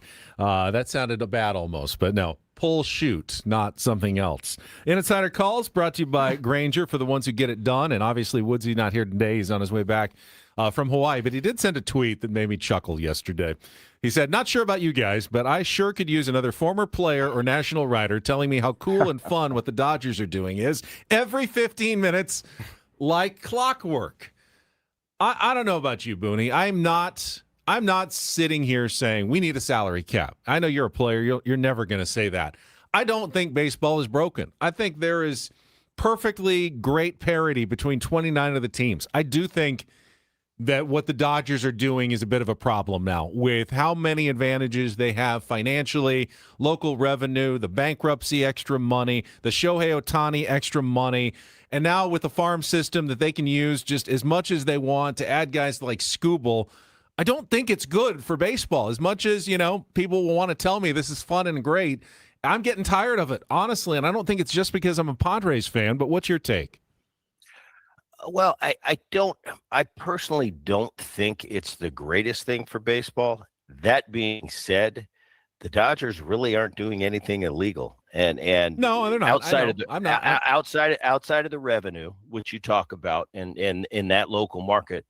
First of all, everything is, you buy the Miami Marlins, you're going to pay a certain price. You buy the LA Dodgers, you buy the Yankees, you buy the Mets, you buy the Cubs, you buy the Boston Red Sox. It's a different price. Well, perks come with that sticker price. And when you pay for a lower priced franchise, you don't have the perks that the Dodgers do with the local revenue. I think they're playing within the rules. My question is, why don't other teams, with all this deferred money and with the Ohtani, it started with the Ohtani and all these superstar players and so much deferred money on the books, and everybody's kind of, the detractors complain about it. But I said, well, why don't instead of complaining about it, why don't these other teams use the same loopholes for their organization? You don't have to do it at the scale that the Dodgers do, but it doesn't mean you can't do it. And don't get me into morally, we do it the right. No, you don't. As long as you're doing it legally, I've got no problem with it. And like you opened with, you're sick of it. I'm not necessarily sick of it. I could really care less what they do, but I don't think it's the greatest thing when the Dodgers continue to pick off the best players in the game. You look at that starting rotation, and I've talked about on the show endlessly about the greatest rotations I've ever faced. In the 90s, you go to Atlanta, you got Maddox, Smoltz, Glavine, and then they bring in a fourth or a fifth every year that was top notch. And I always said that's the best rotation ever assembled. Now you look at that Dodger rotation. That's spooky. When you got Shohei, you can arguably put as a fifth starter.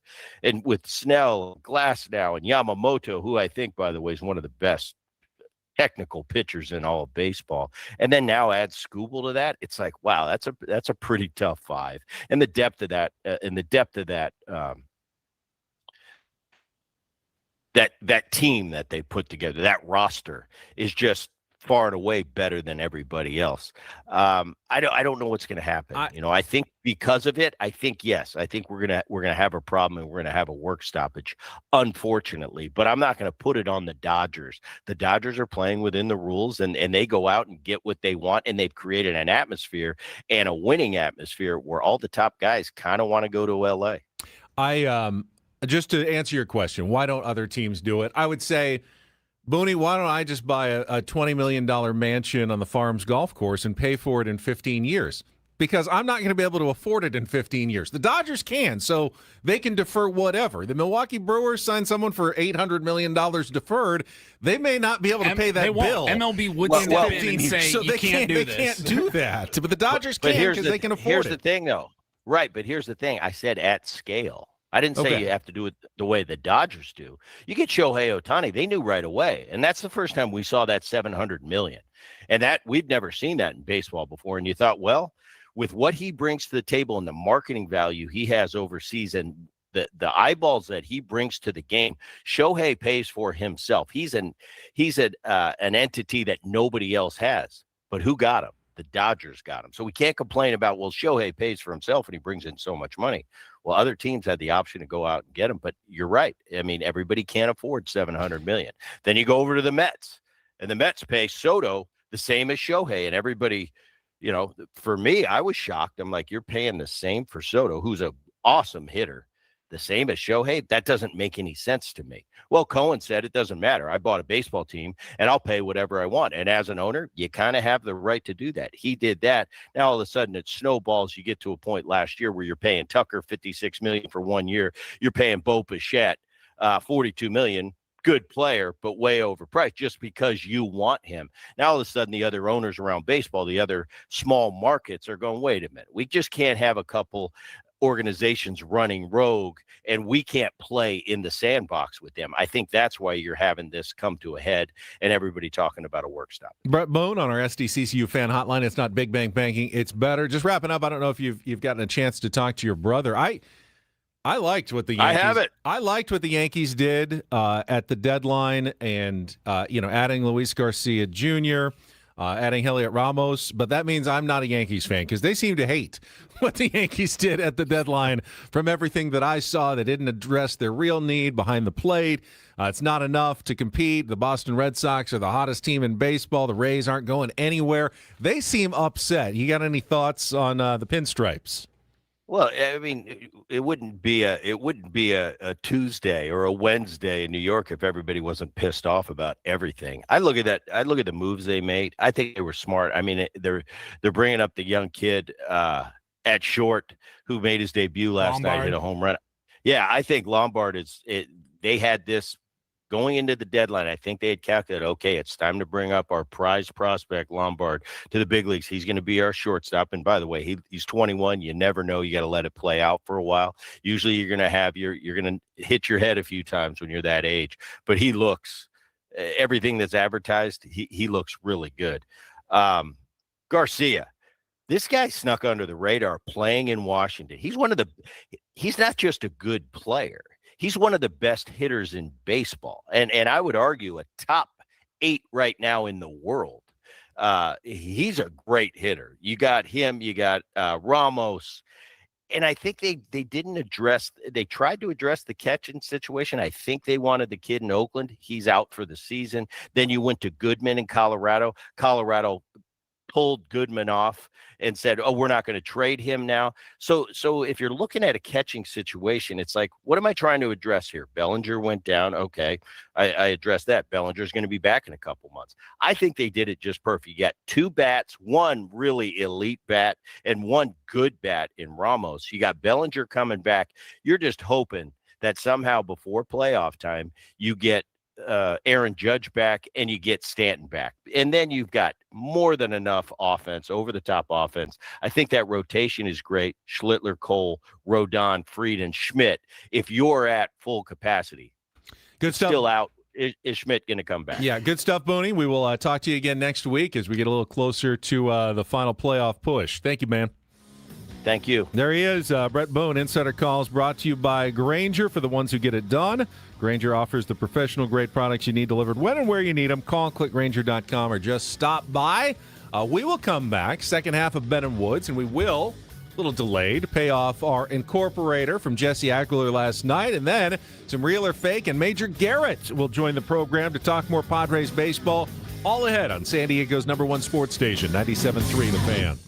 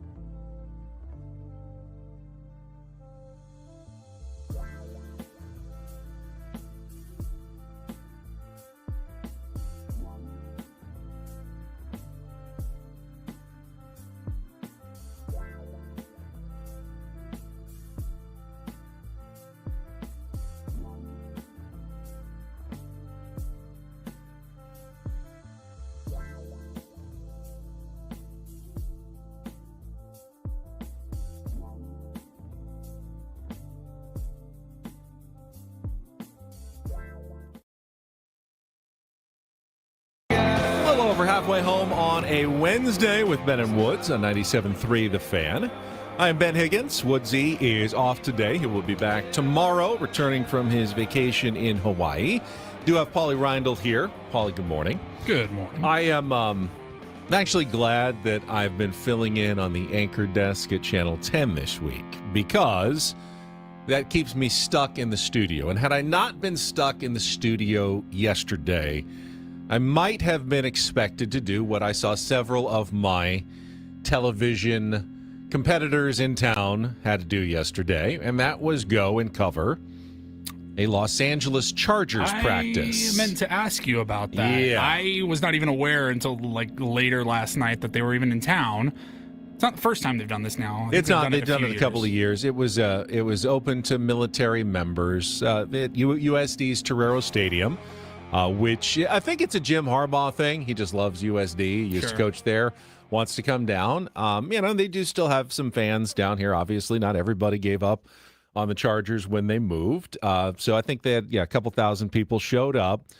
We did send a camera down there, and I'm fine with that decision. It was mostly to cover the tribute they did to Billy Ray Smith. They had a moment of silence, and they all wore BR decals on their helmet during practice, and they said some nice words. So we definitely covered that, and I was happy to see that, and we reported on that last night at Channel 10. Tier 1 Ricardo did tweet me about that and said, I know you guys don't like or cover the Chargers, but for us that are still fans and fans of your awesome show, this would be a great candidate for do this tomorrow. Well, I didn't give them a do this. Not going to do that. I will mention that, we covered it, and they were out there doing. I think they're back out today. I don't know if it's just military or season ticket holders or what it is. I mean, I think if any NFL team came to town, if the Chicago Bears came to town for a couple of days and did practice, or the Tampa Bay Bucks were here, they would draw some people, because it's interesting to see a team getting ready. But I don't. Oh, there's plenty of teams where if they just random, like how the Cowboys train in Oxnard, like if there was,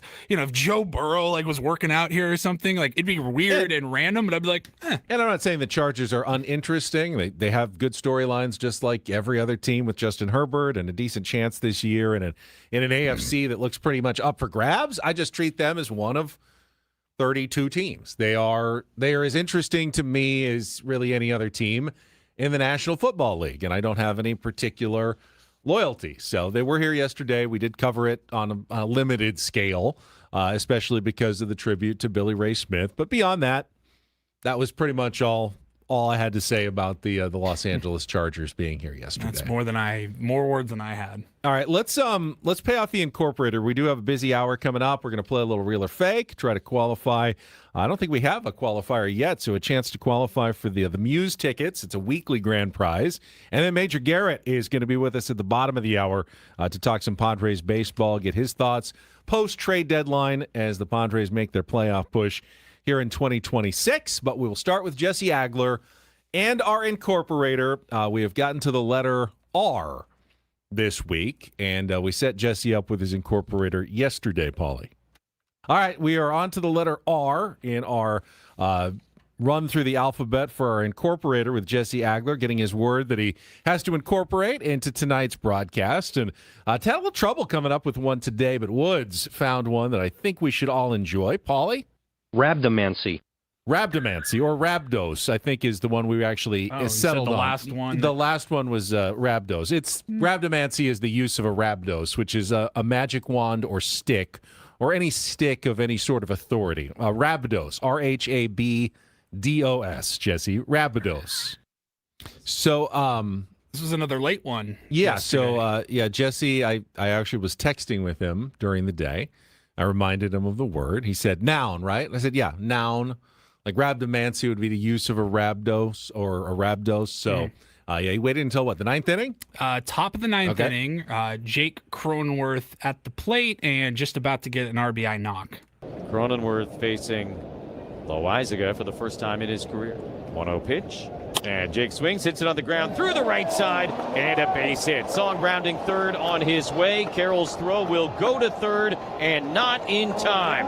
Fermin goes first to third on the RBI single, and the Padres re-extend the lead 9-4 on Cronenworth's third hit of the night. This is ultimately the answer the Padres wanted most. You give up the runs, fine, but you still have bats in your hand to do work on your own. Jake Cronenworth comes through with the knock. Padres push the lead from 4-5. You've a Rabdo, I have a Rabdo, let's go. And the Padres now, 9 runs, 16 hits. 3 straight guys have reached to begin this 9th inning. All right, repeating the incorporator words a little unique and having it really as part of an actual game highlight. Like, if you played it long enough, that actually could have been part of the highlights of the game last wrap-up, night. we cut it off after the main part of the highlight there. But, had we just kept it going, you would have heard it at 6:30 this morning. I think that works, absolutely. Jesse got it done. So the funny thing is, what I was texting about, he actually sent me a text. He said, I went to check my Gage Workman notes from last April when he was on the Cubs. And they were facing the Cubs, and he was on the roster. And we had mentioned to Jesse and said, did you hear the story? Gage Workman's middle name is Tater. And he said that he couldn't remember that, but he said, he sure definitely had it in the notes. And he said, there's no way I didn't use it because he got in the game 2 at-bats. So there's no way, he said, I wrote that down and then didn't use it in the name. So he just said, I must have just forgotten that Gage Workman's middle name was Tater at some point in the last, year and a half or so. Since he actually did write it down at some point. It was somewhere in his brain. And I said, don't worry about it.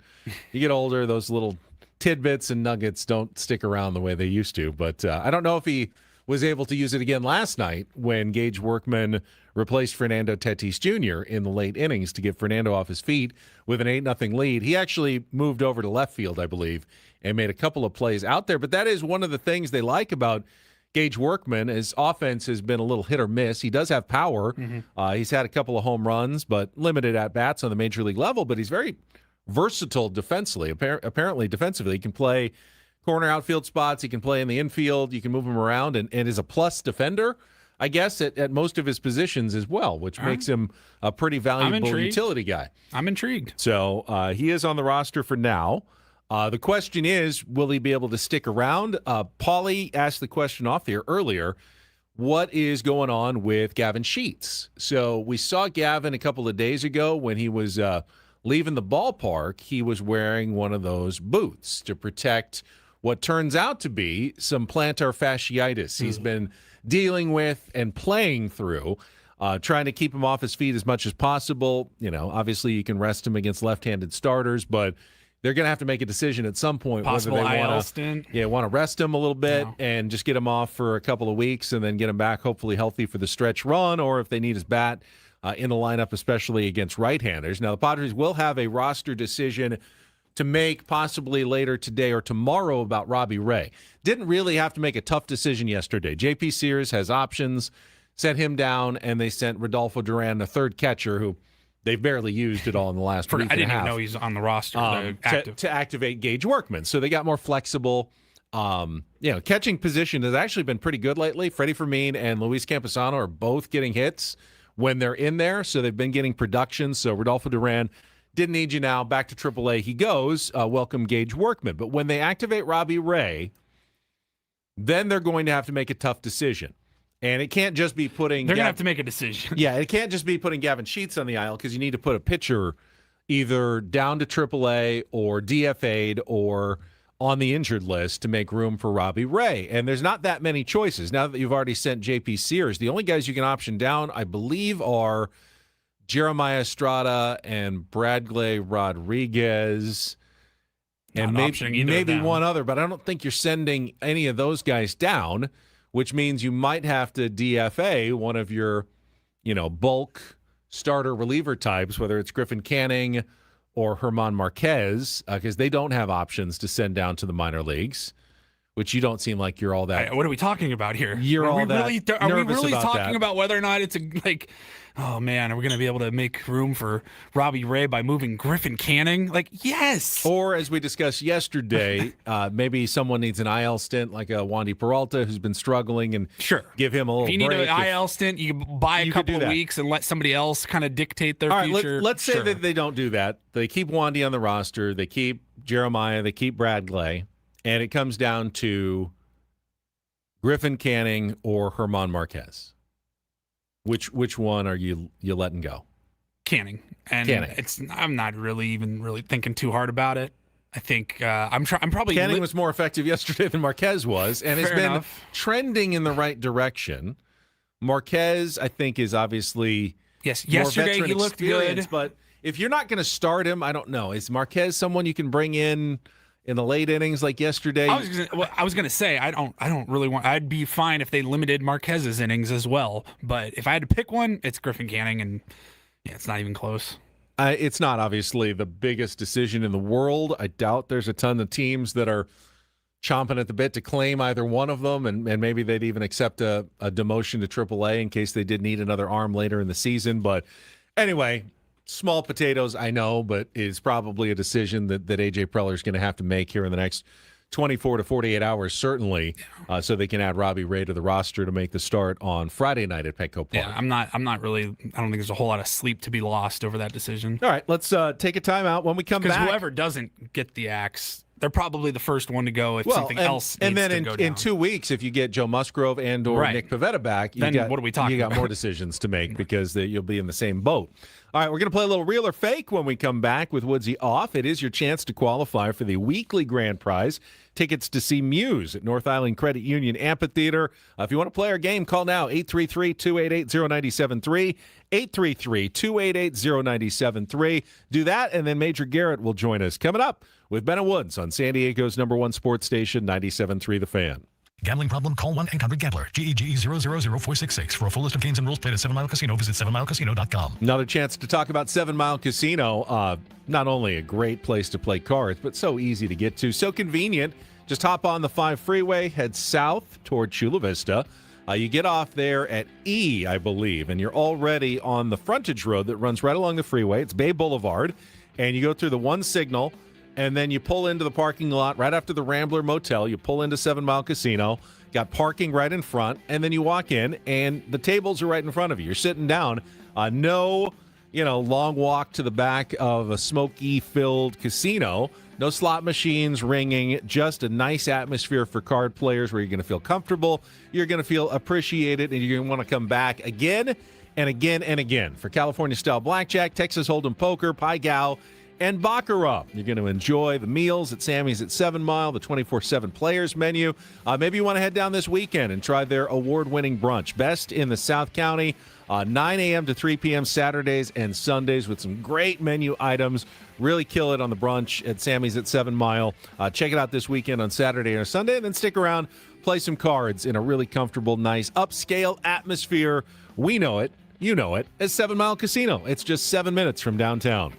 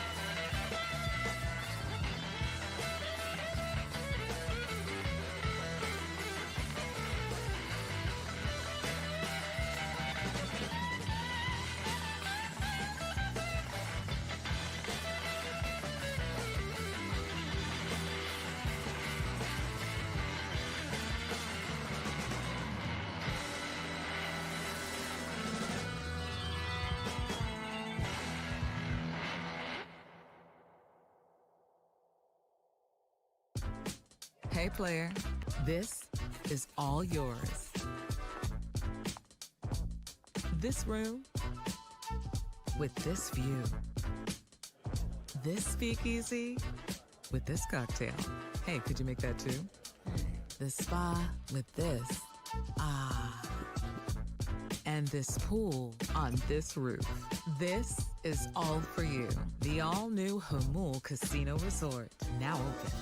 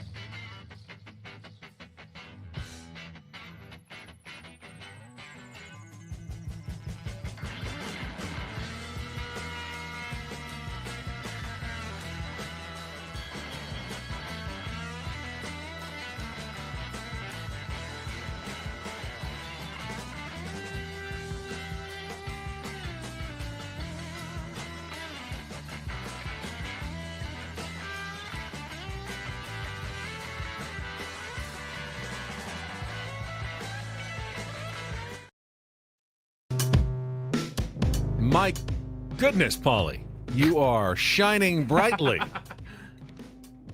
Got a new light in like here? a supernova. Paulie just plugged in a new ring light, the one, we ordered 9 weeks ago when the last one broke down, and now you're dark. You turn it off, now you're completely dark. And turn it back on, and now you are completely washed out with bright light. You're going to have to figure out the settings on that thing. Yeah.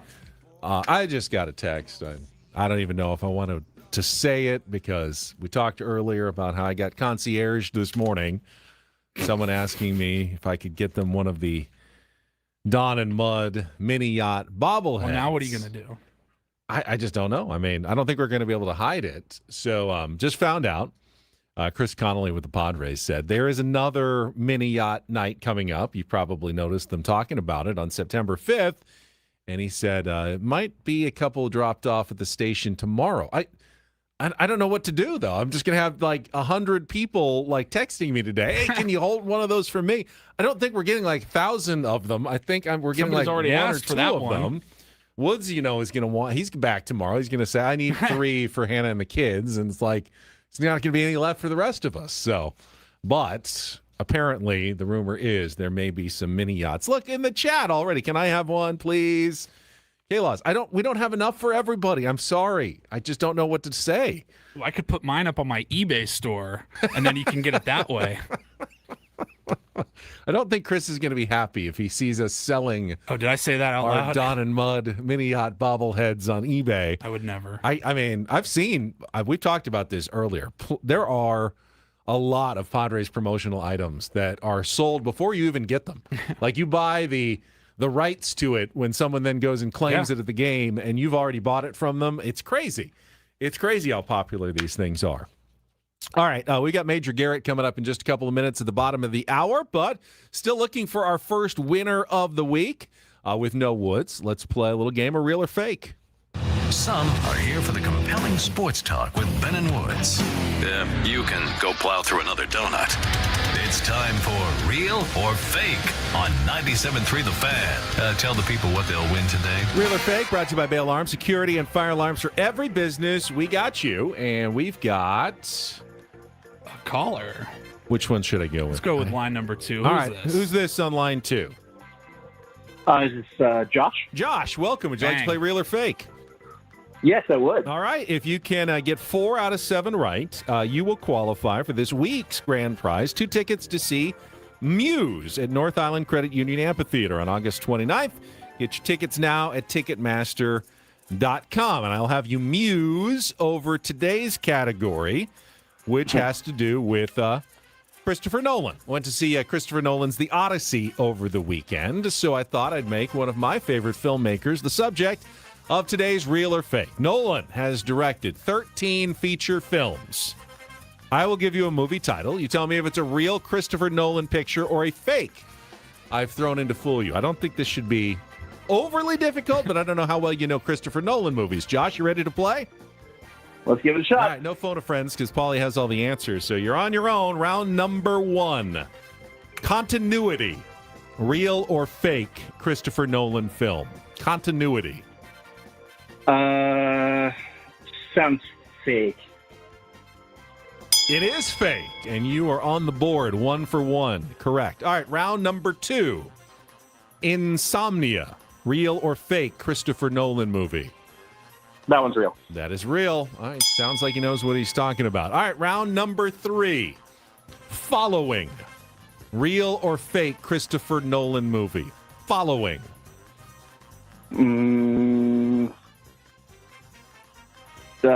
Fake. No, it's actually real. It was his first one. I have not seen that one. I'm not even sure what it's about, but that one was real. That's all right. That's just one wrong. I think you're doing just fine. All right, round number 4. Passages. Real or fake Christopher Nolan movie? Fake. That is fake. You're now 1 away from a victory. All right, very well done. Round number 5 for the win. The Prestige. Real or fake Christopher Nolan movie? Real. Real. Boom. Just like that, we have our first qualifier of the week. Easy Josh work. knows his Christopher Nolan. Congratulations, Josh. Hang on the line. Paulie will get your information, get you into the drawing. Maybe you'll be the only one at the end of the week, depending on what happens tomorrow. Real Actually, or fake? I think we have the pair of tickets already for the qualifier. It's not even a qualifier. If you win the tickets. Oh, he's got So I think we automatically. got It's not the even a pair of qualifier. tickets, yeah. Oh, nice. All right. Well, Josh, And we'll have another congratulations. pair of tickets available tomorrow if they win Real or Fake tomorrow, and we'll have our music category on Take on Woods coming up on Friday. Yes, Insomnia, The Prestige, Following, and Tenet was the other real one. I haven't heard of Following or Tenet, but I do like Christopher Nolan. Tenet's one of the weird, twisty, mind-bendery ones that he did. But Following I had not heard of either. That one was a new one to me as well. I really enjoyed The Odyssey.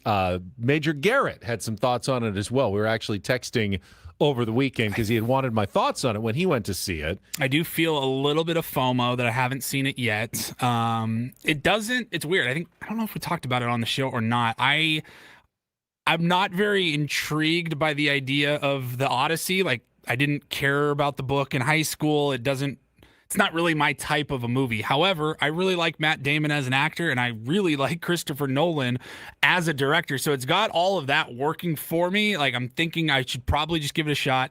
Somebody explained it. They're like, well, did you watch Troy? And I'm like, yeah, I guess I did. And that was fine. Like, I was into it. So it's just an adaptation. It's an interpretation, I should say, of the Odyssey. But everyone that went and saw it that I know, they were like, go see it in IMAX. Did you see it in IMAX or regular? It was 70 millimeter. It wasn't the IMAX, though, like the dome one. I heard the IMAX experience for this movie in particular is unlike anything that you've ever seen. The sound is incredible. A major pointed out, like he said, it was really, really loud. I thought maybe they just had the volume on too high at my movie theater. Like, you could feel your chair, like, rumbling through a lot of the movie. Like, the bass was that intense. Might not be for everybody, but I enjoyed it for sure. We had a story last night, actually, on Channel 10, just quickly. Sales of The Odyssey, Homer's The Odyssey, like the epic poem, the book, have skyrocketed around the world. Like, it's up like 700% in some countries, 1,000% in some parts of the UK. The audiobook's up like 300%. People are obsessed with everything the Odyssey right now. So makes sense. All right. Nicely played, Josh. We will take a quick timeout. When we come back, we will talk about the Padres trade deadline and more with our East Coast superfan and chief Washington correspondent for CBS News, Major Garrett. Going to join us coming up next here on San Diego's #1 sports station, broadcasting live from the Bill House Studios. We know how. It is 97.3 The Fan.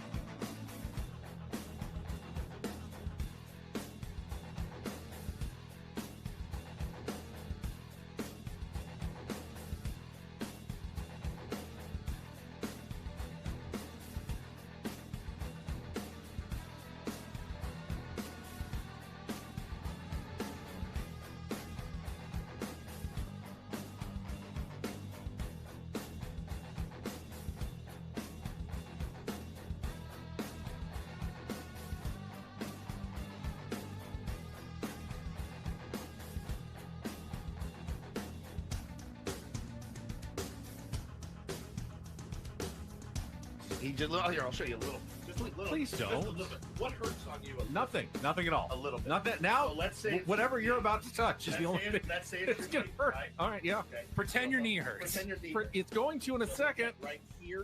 Oh, that is not pleasant. Hey, player, this is all yours. This room with this view. This speakeasy with this cocktail. Hey, could you make that too? The spa with this. Ah. And this pool on this roof. This is all for you. The all-new Hamul Casino Resort, now open.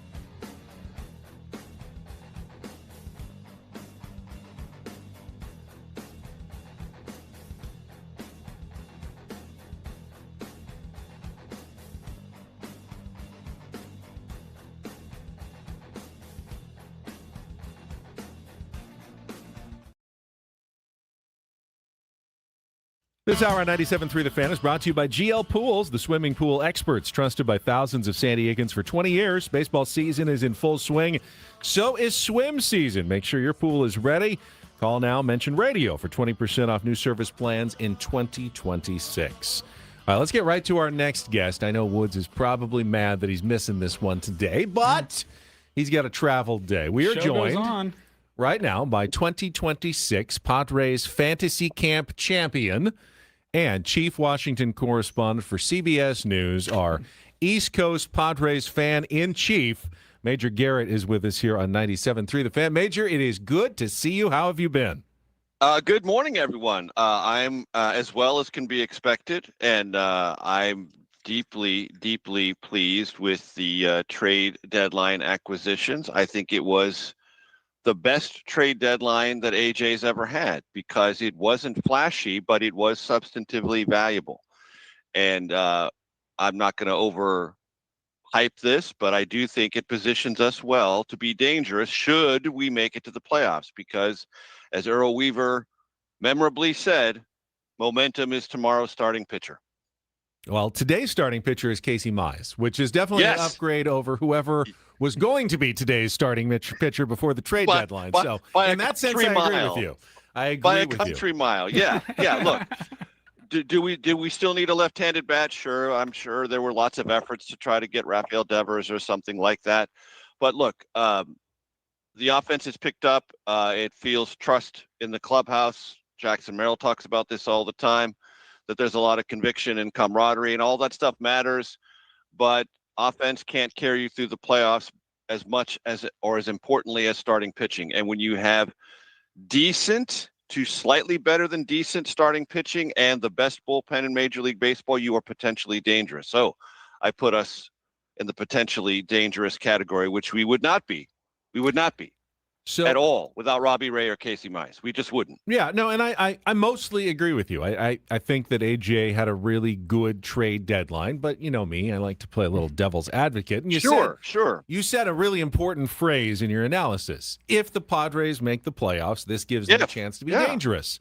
But that's still an if. And if they don't make the playoffs, then we're going to have to go back and say AJ made a big mistake because he could have cashed in a lot of chips at this trade deadline and given the Padres a better chance, a better farm system, a better chance to compete in the future had he gone the other direction. So we won't really know until the end of the season. If they make the playoffs, I think I agree with you 100%. They've given themselves an opportunity, and that's what you want. I loved when AJ said, I'm not going to apologize for trying to win championships here, but if he's wrong. They're 2 games out. You can't sell. I know, but other teams did. The Tigers are 2 games out. They sold. The Orioles are 2 games out. They sold. A lot of teams did.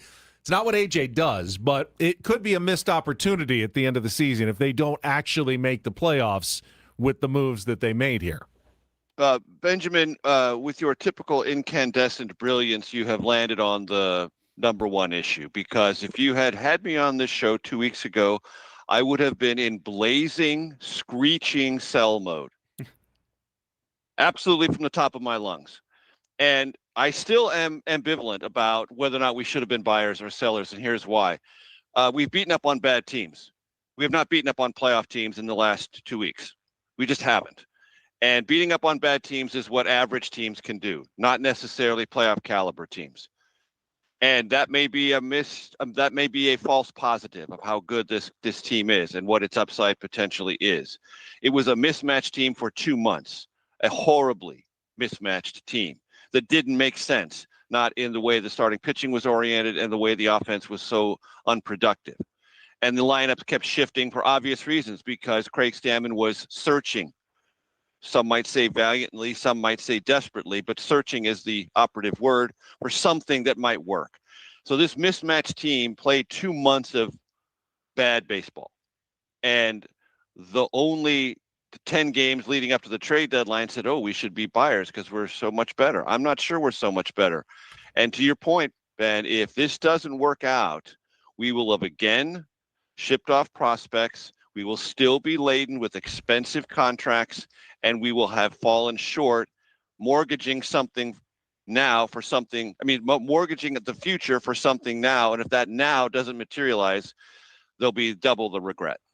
I know it's unavoidable in baseball, Major. I hate playing the 2 weeks ago I would have said this, but today I'll say you this. love playing this game. Look, I admitted it. I'm happy with where we are. I think we have an upside, but if you'd have had me on 2 weeks ago, I would have been screaming at the top of my lungs, sell. And 100%. the standings makes a difference, but in overall impressions of Craig Stammen, because like 2 or 3 weeks ago, you might have said, I don't know if the Padres made the right hire here. Nice guy, but potentially over his head. And as I look today, I go, well, they fixed a lot of the problems. He's shown some creativity and open-mindedness to some different things. And now I'm starting to think, maybe this was a genius hire by A.J. Preller. I don't know. Where do you stand right now, knowing that in 2 weeks we may think the complete opposite yet again about the Padres skipper? Yeah, I would never characterize Craig Stammen as a genius hire. However, I do really give him high marks for looking into the void, the horrific void that was our quote-unquote starting pitching rotation, and saying, this is not working, and we have to rethink, and we have to rethink radically. And he did. And he got Ruben Niebla and everyone else to rethink this and rethink it radically. How can we patch this together? What kind of combinations can we think of? And here I will give the manager tremendous credit, because he has talked earnestly about what he got in terms of communication or lack of communication as a player. And if you're going to be radical with your reorientation and your patchwork application of starters and relievers, you have to communicate that. You have to communicate it not only clearly, but with a sense of mission, that there's something in it for you to get that all-important buy-in, not just for the club, but for the individual. So in that sense, that being adaptive after coming to the conclusion that your original approach was a catastrophic failure, I give him credit for that. Yeah, I mean, the irony here is Craig Stammen as a pitcher was a moderately effective middle reliever who probably got more out of his talent in a longer career than most guys would. And now he's basically been handed a whole platter of them and turned them all into, hey, if you can just be like me and just when we need you, come in and throw 3 innings as much as you can give us. He's turned that into an effective strategy for the last 3 weeks or so, which is pretty impressive. Yes, again, against bad teams. That's the other caveat. True, but yes. winning is winning, and that's what counts. And I really do give him a lot of credit for the communication and the adaptation. And the long history of managing in the major leagues constantly reminds us that the most effective managers tend to be marginal players or sub-marginal players, not the greats. The greats really struggle because they're great. And greatness came not naturally to them. I would never suggest that. But their greatness gave them a sort of slight blind spot about what the difficulties other players who are trying to become great or who are never going to be great but are just trying to become better than average have meeting those new goals. And players who had to reconcile themselves to their talent that was not as great as the greats around them, but who, to your phrase, Ben, made more out of their career than you might have projected, those are the ones who I think make great managerial material. So I think there's upside for Craig Stammen. I really do. But I didn't think it was a genius hire then, and I don't think it's a genius hire now. All right, let's talk about another bad team that's lost 5 in a row, the Los Angeles Dodgers. I'm kidding. Obviously not a bad team. They're the best team in baseball, even with a 5-game losing streak. Yes. You know, baseball owners, and they're clearly trying to sell us right now that baseball is broken. They're trying to win the hearts and minds of fans for the upcoming CBA negotiations. It's disgusting. Like seeing the political ads that look like political ads of this is why everybody wants a salary cap. And blah, blah, blah, blah, my blah. contention is, Major, that for 29 teams, baseball is fine. You know, I think there's plenty of parity from everybody on down. You know, the Brewers can do it. The Yankees, they can compete against each other at a fairly reasonable level. The Dodgers are on an island of their own. And I do believe, and my take lately has been, baseball doesn't have a parity problem. They have a Dodgers problem. I don't know how to fix it, though, because I'm not a salary cap guy. You know, I think your mind could probably maybe explain it a little more to our tier ones.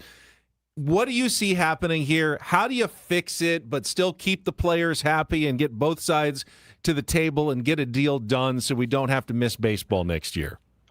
Yeah, that I don't know. I don't know the answer to that question. And I don't know the internal dynamics, but I know the owners, to Paulie's point, are selling and selling hard. And when you're selling hard, you're defensive. And owners have a lot to be defensive about.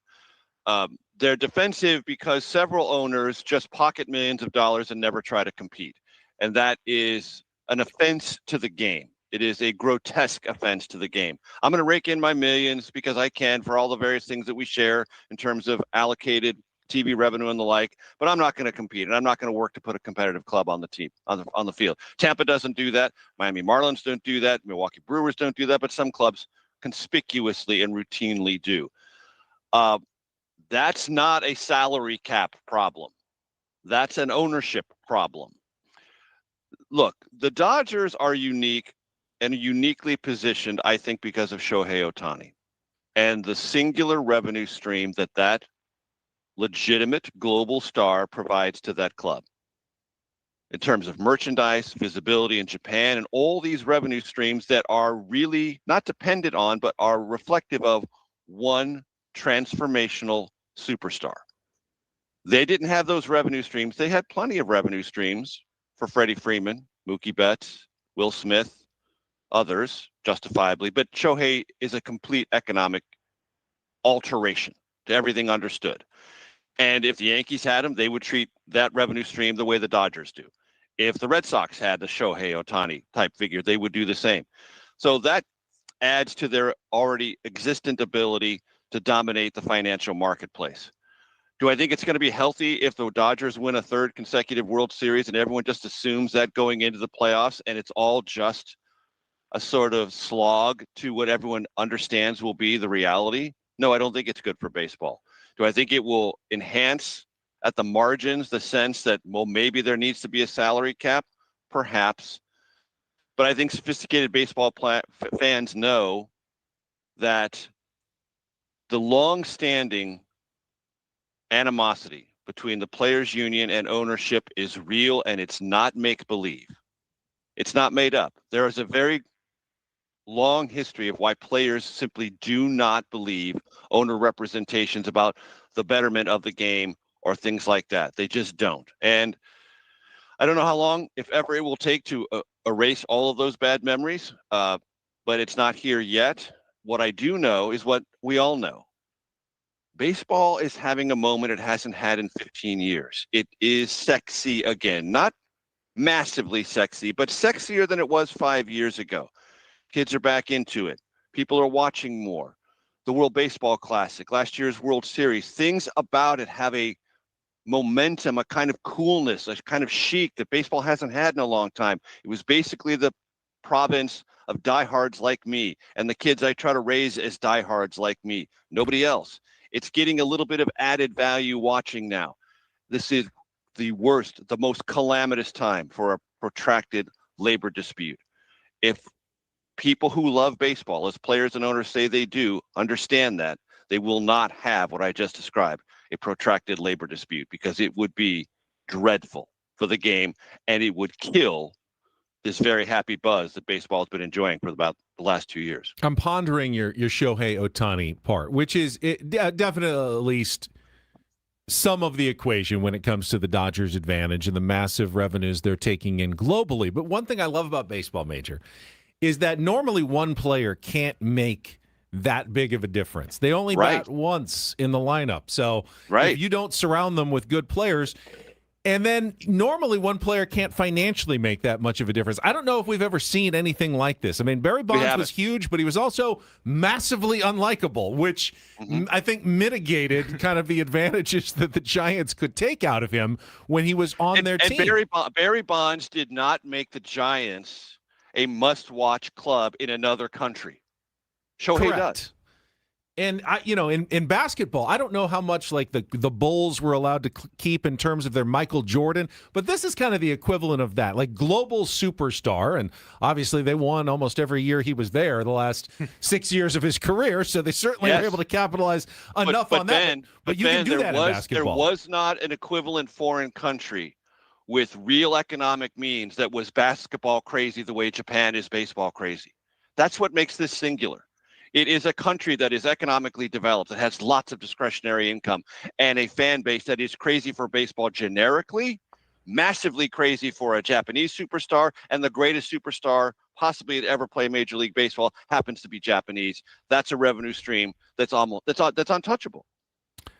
So again, I don't know the solution to this. We'll see what happens in the offseason, but I agree with you 100%. Baseball can't afford a work stoppage, or at least, no one notices until actual games are missed. We'll miss the hot stove league, and we'll miss the pitchers and catchers reporting, but people will be fine as long as they start playing baseball in early April. If they don't, I think there's a real problem, Major. And ultimately, the fans are still the ones that are going to get screwed on this. Like the players will eventually get paid. The owners will still definitely get paid. It's the fans that are going to probably lose some games and have a really crappy offseason. Can't wait. Right. And why is baseball having another moment? Because baseball humbled itself and said, you know what? Our game is unwieldy. It doesn't make sense to our fans anymore. We have to change things. We have to bust through the walls of opposition from the traditionalists, of which I am proudly one. I wasn't sold on all the adaptations, but fans have responded positively to them because baseball humbled itself to reorient itself to a fan base that was dying or diminishing. Okay, good for you. Well done. Don't screw it up. That would be nice. Don't screw it up is the advice from Major Garrett. Major, can you stick around just a few more minutes at the top of the hour? We need to take a little break. Can. All right, we're going to continue. Maybe a little non-baseball talk. For me. We'll just pick Major's brain because I enjoy doing that, especially on a day where Woods isn't here. Don't go away. We got more Ben and Woods final hour coming up. More with Major Garrett. Get to a Roundel report as well. Stick around. Ben and Woods continuing on a Wednesday on San Diego's #1 sports station, 97.3 The Fan.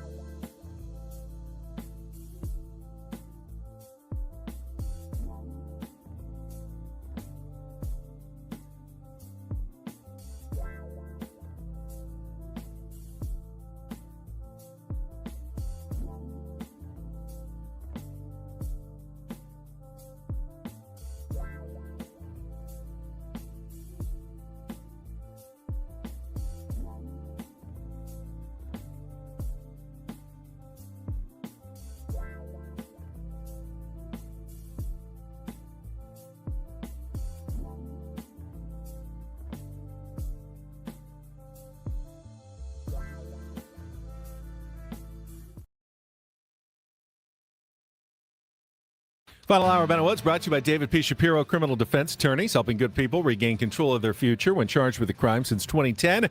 Visit davidpshapirolaw.com. Chatting with our good friend, Major Garrett, chief Washington correspondent for CBS News. And during the break, our colleague from down the hall, country station, KSON, John Flint came in, and he was saying to me, I've been doing a lot of anchoring lately, filling in on our desk. And he said, you know, Ben, if you lived in the Midwest, you'd be a real big deal around town. Like you'd be super famous between the radio and the television. And I go, yeah, well, I mean, I already kind of am, but I don't know if I want to be super Midwest famous. But I wanted to ask you, Major, you're on the national news, regularly, and we see your face, anchor desk, Washington, in front of the White House. What is your kind of level of fame, and how do you kind of deal with it, and what's it like for you around the country? How often do you get recognized? I would charitably characterize myself as a D-list celebrity. Is that autographs? I mean, what are we talking about here? I have probably in my entire career on television, which started in the year 2000, maybe been asked for an autograph 4 times. Okay, all right. Well, then you're not constantly... Hence the D-list celebrity You're not status. Constantly beating them away with a stick. You're just sitting there going, no, why the hell do you want this? I am recognized. Sometimes people will want to approach and talk to me, and that's great. I'm delighted anyone recognizes me. I don't consider it intrusive or bothersome at all. I love it when people have either read one of my books and like them or love my show, The Takeout, because I created The Takeout. It's the one thing I've created in journalism that is entirely my own. And it's in a new incarnation now, 5 days a week on CBS News 24/7, Paramount Plus, anywhere you get over-the-top television. It's my creation. It's the one thing that I've most responsible for in my journalistic life. So when people talk about that, I'm deeply grateful. But I would not say I am overburdened by being recognized or people regarding me as famous. And that's okay. I'm not supposed to be. I'm a journalist. I'm not supposed to be part of the story. I'm supposed to report and observe things that are of value to people so they can make their decisions about the news, not become for them something that's celebrified around the news. That's never been an aspiration of mine, and it never will be. Speaking of delivering the news, this is mostly a personal question for me, but I've kind of been thrown into this situation of being on the anchor desk lately without a great deal of training or coaching, just kind of figuring it out on my own. What is perhaps the best piece of coaching or advice you've been given for times that you've actually needed to fill in on the anchor desk at CBS News? So the most important piece of advice I can tell you or offer is that, especially when you're an anchor, that's what the word we use in America. The best word, I think, is the British word, presenter. I used to think it was an insult, but it's not. It's the perfect word. So many of the British words are actually right on target. Why do I think presenter is better than anchor? Because presenting is exactly what you're doing. You're holding something, and you're handing it off to someone in the audience. And the way you hold it and the way you present it matters. So that's a non-egotistical endeavor, because the thing of value is not you. The thing of value is what you hold in your hands, metaphorically, and the thing you present, which is the news.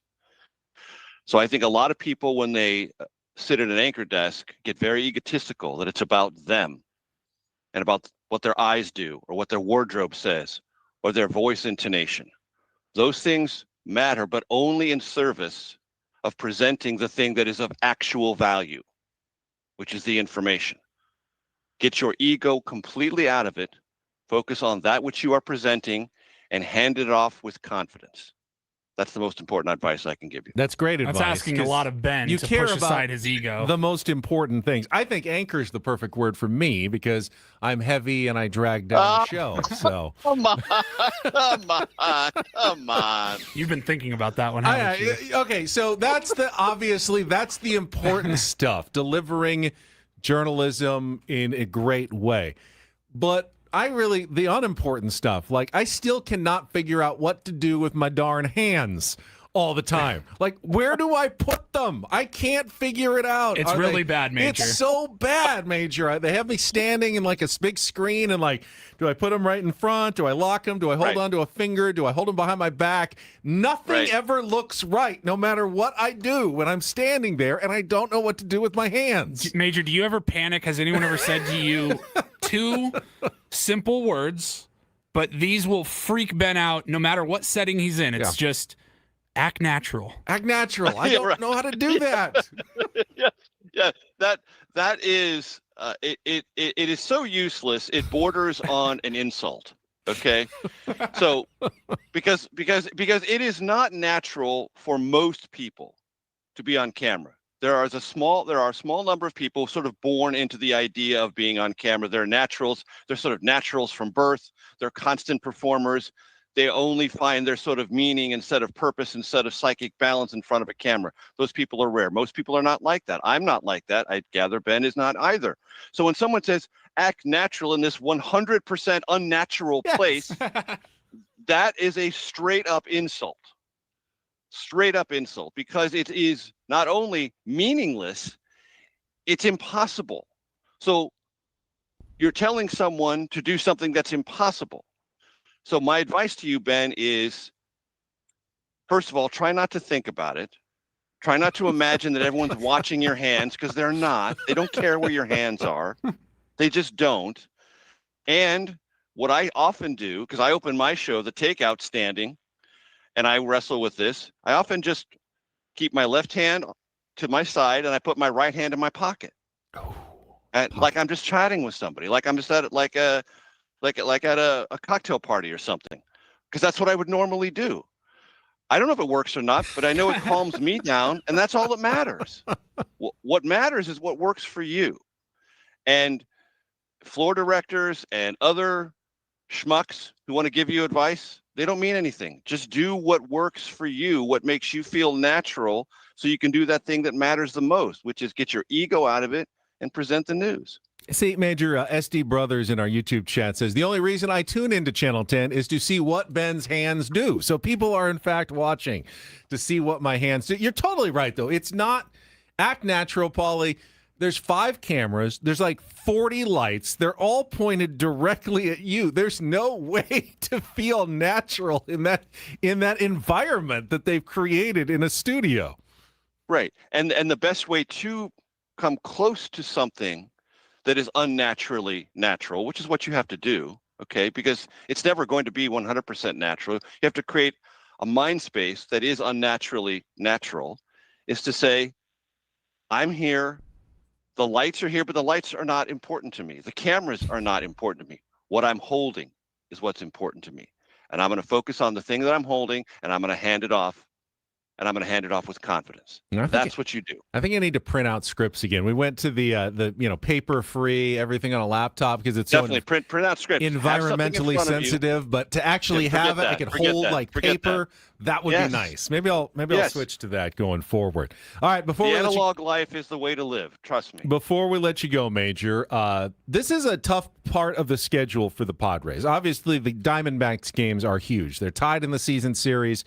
5 games left, 2 today and tomorrow in Arizona, and then the last 3 in San Diego. But between them, you've got contenders coming in. The Astros this weekend. You got games against the Brewers, Yankees, and Rays coming up as well. Kind of a dangerous part of the schedule. And then in September, you've got Giants and Rockies and some of the sellers again, where you could make up some ground. But you do need to stay alive here and play some good baseball, or you could sink pretty quickly. That's the way that I kind of read the last month and a half of the season here. August is all about what are you made of? What are you made of, Padres? Figure it out and let the world know, because you've talked about the cohesion, how everyone in the clubhouse is convicted. That's all great.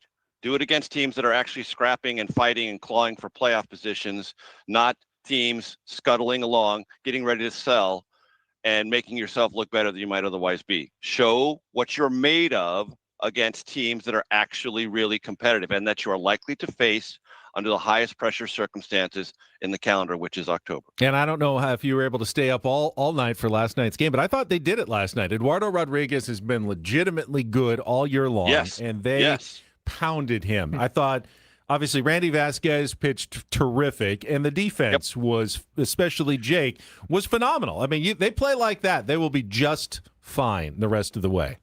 No question about it. No question about it. And very quick word on the defense. It applies in every sport. Defense travels. Defense transcends. Defense can always be there. And this team is very much devoted to its defense. And that's an important aspect of it. And I think Randy Vasquez looked around and said, wait a minute, Casey Mize and Robbie Ray are here.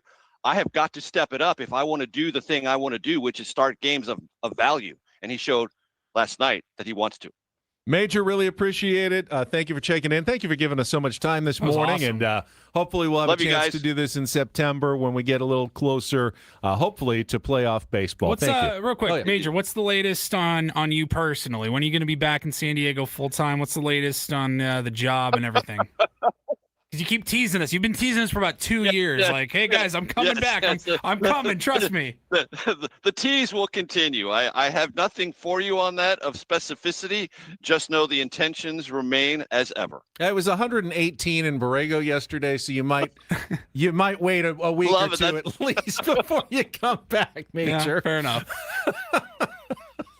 Oh, I love Borrego, whatever the temperature. It's and beautiful. San Diego. It's beautiful. San Diego. Thank you, See Major. you guys at the end of the month. There he See ya. is, Major Garrett on our SDCCU fan hotline. It's not Big Bank Banking. It is better. Always so intelligent, so erudite. I could really listen to him talk all day long. He has a way with words. He's so There's good. No doubt about it. He's No so doubt good. about it. A lot of fun stuff there from Major Garrett, who, like you said, 2 weeks ago he would have been, well, like you, Paulie, sell. Yeah, I think a lot of people were on that. But now he's kind of done a 180 and flipped, just like the Padres have done a 180 and flipped. They did everything that they needed to do over the last, call it month and a half, whatever. Like they turned things around and they got some help in the standings for sure. They stayed in it. It was just to the point of, how much were they going to buy or sell, if at all. All right, 2 segments left. MLB Reach Around. We've got scores from around Major League Baseball yesterday. A lot of debuts of new players with new teams. Yeah. And we can get some Roundel Report headlines as well if we've got time at the end. All coming up with Ben Woods after a quick time out here. Broadcasting live from the Bill House Studios, We Know How, on San Diego's #1 sports station, 97.3 The Fan. First, though, give you an opportunity to check out sdfatloss.com. You can go online and set up a free consultation and find out about the program that can help you lose up to a pound of fat per day and 10 to 20% of your body weight in just 60 days. And guess what? It's not magic. I know a lot of people are looking for the magic solution. People think GLP-1s, they're magic. Oh, they are not magic. You're probably going to lose muscle and lower your metabolism. And if you ever stop taking the GLP-1 injections, you're almost certainly going to gain weight again. So you're committed to probably thousands of dollars a year every year. Where sdfatloss.com asks you to, put in a little bit of work, but they will help you with that work. Eating right for a couple of months in the right portion sizes, the right foods, good foods too. Stuff that you're normally eating, like steak and chicken and fish. That's what I ate. I lost 40 pounds in 60 days. I supercharged my metabolism. So I've been able to keep that weight off for 3 years, not doing anything else. No injections, nothing like that. You're not going to get that with sdfatloss.com. So if that sounds like a plan, like you can do it for 2 months. If I can do it, I know you can do it. Sign up for that free consultation. And when you do sign up for the program, take $200 off right now with their summer special. It's sdfatloss.com. That's sdfatloss.com. Results may vary.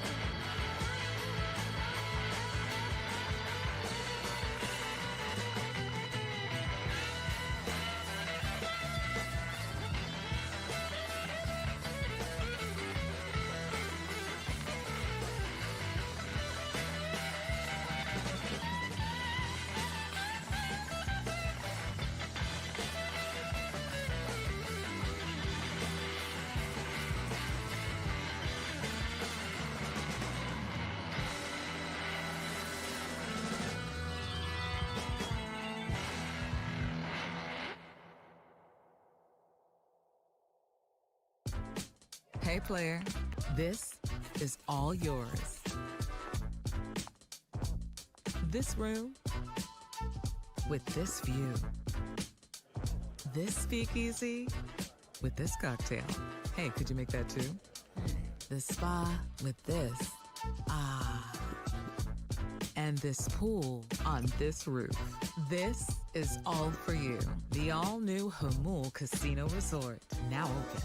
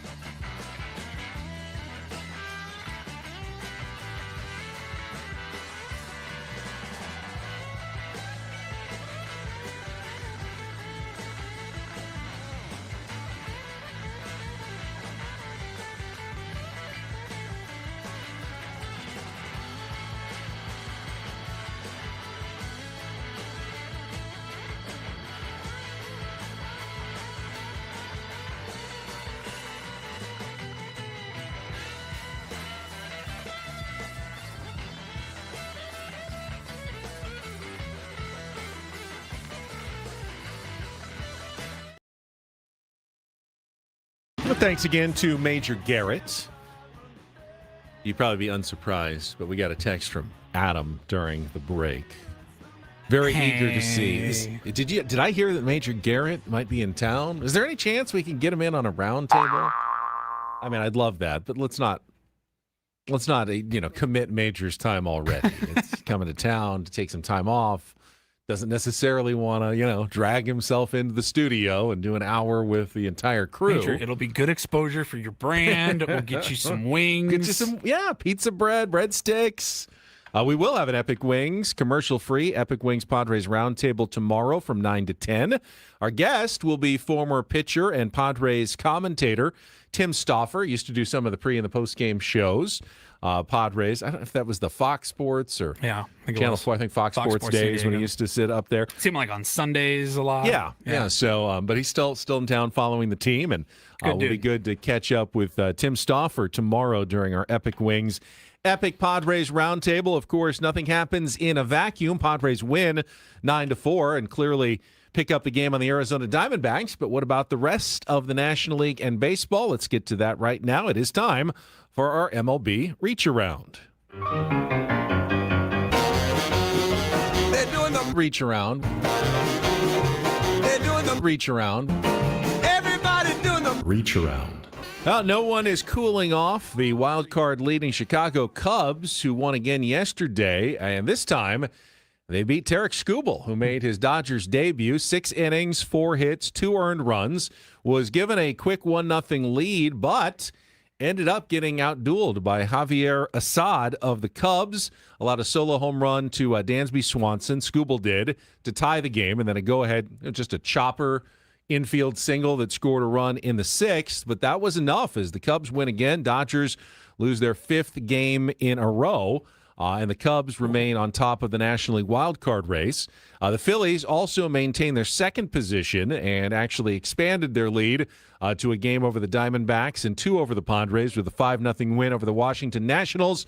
Luis Arraez made his debut in a Phillies uniform, driving in runs in his first 2 at-bats. Jesus Luzardo pitched 8 shutout innings for the Phillies, who also are playing quite well right now. Just behind the Padres in the wild card standings, the Marlins did lose 4-2 to the Braves as Grant Holmes threw 6 shutout innings. So the Marlins now a game behind the Padres and 2 games behind the Diamondbacks in the wild card race. The Yankees blanked the Cardinals 2-0. Talked a little bit about that earlier. Yesterday, we mentioned George Lombard Jr. was going to make his debut. Not bad. Pretty impressive. So not bad. Had his family in attendance. So I think in like the first inning, made a really nice double play, like in the hole, great throw to second to start a double play. And then hit a home run later in the game. Solo shot, his first hit, his first home run in support of 6 shutout innings from Ryan Weathers as the Yankees beat the Cardinals 2-0.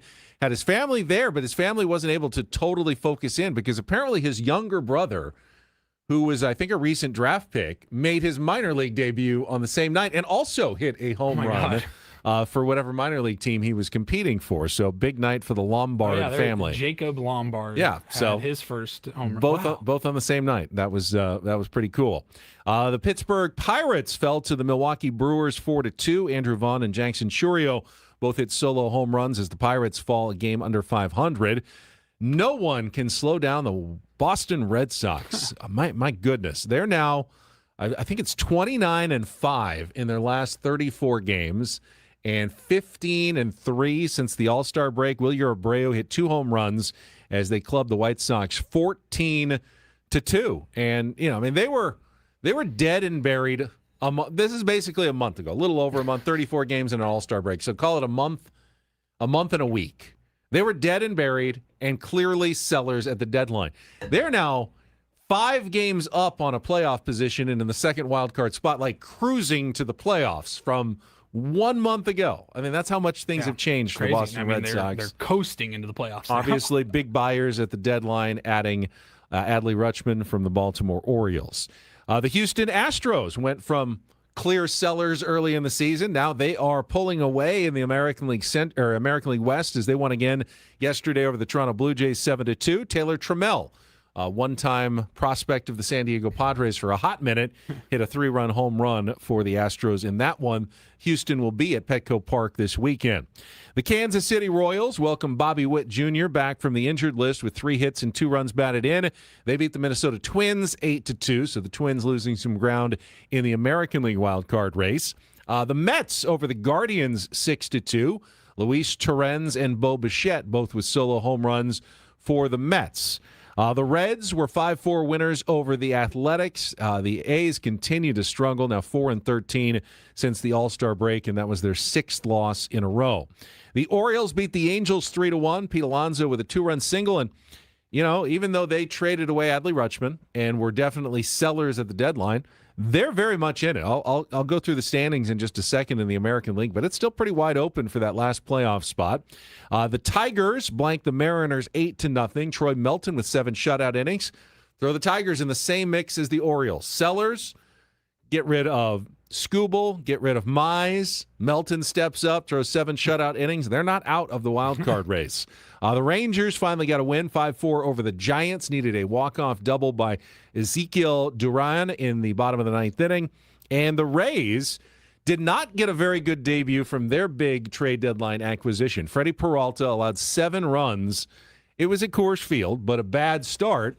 But the Rays rallied and won at 9-7 in 11 innings, and they got a grand slam from their other new acquisition, Liam Hicks, the catcher they got from the Marlins. So they ended up coming back to win that game yesterday. So taking again a look at the playoff standings in both the National and the American League, the Cubs continue to lead the NL wildcard race.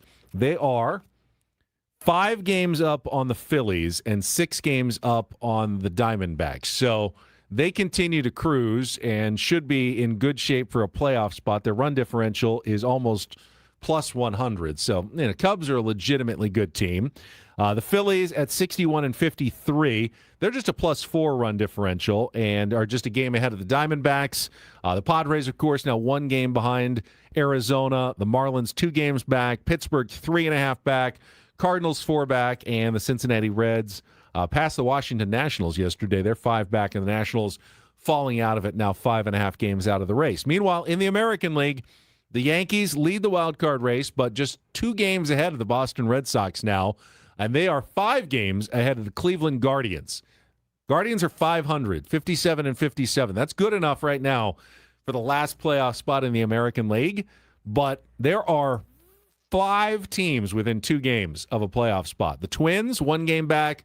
The Rangers, 1 game back. The Orioles, a game and a half back. The Tigers, a game and a half back. And the Mariners, who are 2 games back. The only 2 teams of all of those that really were buyers, though, were the Guardians and the Mariners.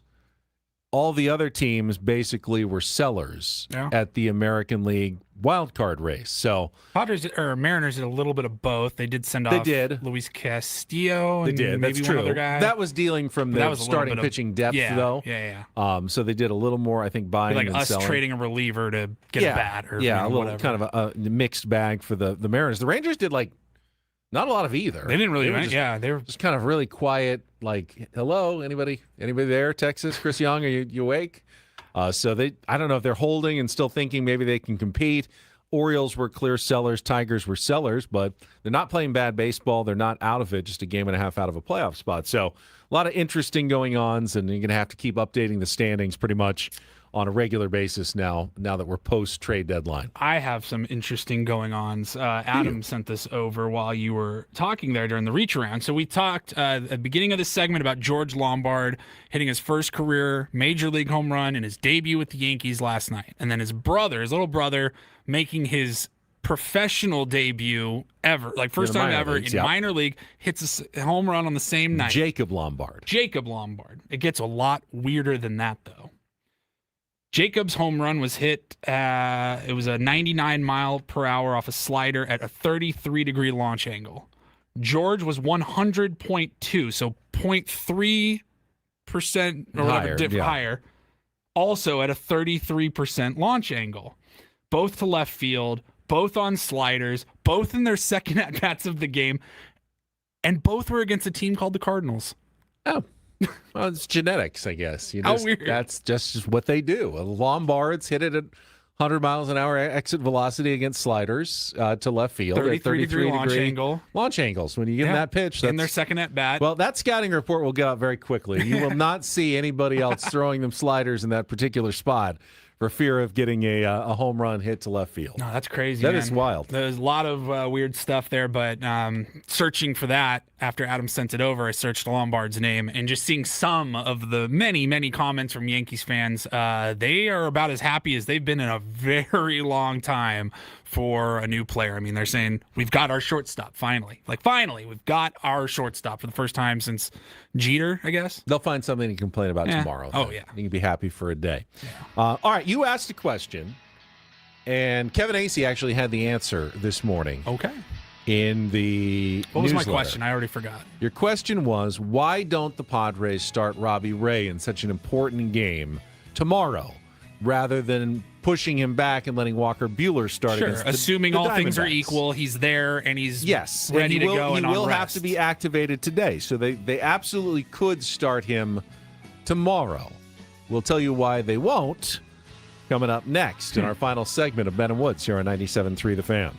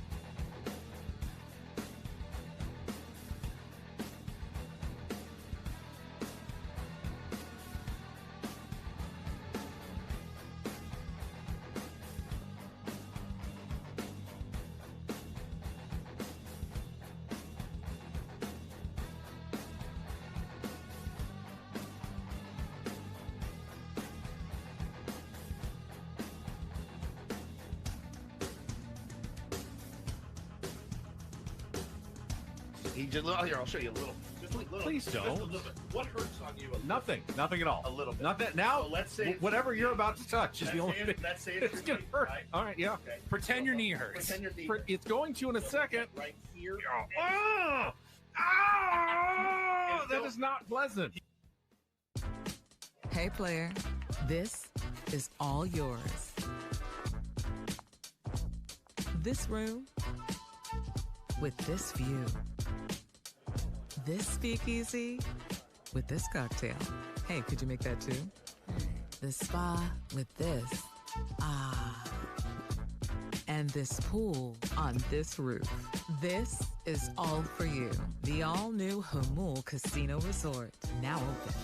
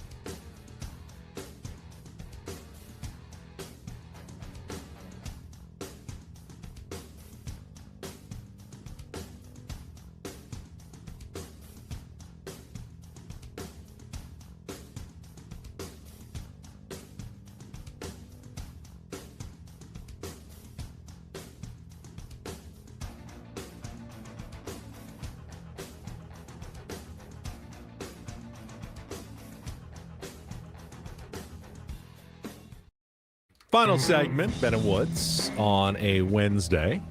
Woodsy will be back tomorrow morning, assuming safe travels from Hawaii. And we're glad to have him back in studio for 3 hours and our Epic Wings, Epic Padres Roundtable. Before we get to some final Padres news and answer the question you had earlier, Paulie, a couple of other local sports notes. First, we have a brand new team in town. Do you have any idea, Paulie, who the Oceanside Shock are? They are San Diego's newest professional hockey team. You are correct. Yeah, in the Federal Prospects Hockey League. Didn't know that. I just saw literally a headline. They announced a new team name and logo yesterday, and they will begin play in Oceanside at Front Wave Arena, I believe on October 10th against Fresno. What league again? The Federal Prospects Hockey League. This is a very low minor league FPHL. The FPHL. Is that a feeder league or is it like? I don't even think it's I think it's like an unaffiliated. I think it's like independent pro minor league hockey. Okay, yeah, like indie ball for baseball, but for hockey, I don't think it's technically like a club team. It's not like the Ducks, the Gulls, or the Ducks. Yeah, we had a couple of those teams growing up in Seattle and Tacoma. Seattle, I would imagine it's much more common to play hockey. You're much closer to Canada and stuff. Yeah, but we had the two teams. There were the Seattle Thunderbirds and the Tacoma Sabercats, but neither of them were it wasn't AHL. They weren't minor league affiliates of any team, but they seemed like professionals. But I remember going to a couple games as a 9-year-old and going, so wait, they're minor leaguers? No, not really. They're But I'm like, but they're not just guys just playing for fun. But yeah, it's like that independent league. They have a few hockey leagues like that. Yeah, we also have college football back today in San Diego. I believe right now, in fact, the San Diego State Aztecs are getting on the field for their first preseason workouts, training camp practices ahead of their first game, which is later this month. Oh, that reminded me, speaking of football, yeah, it gets me every year at this time, but kind of weird that we will have NFL football on television tomorrow night.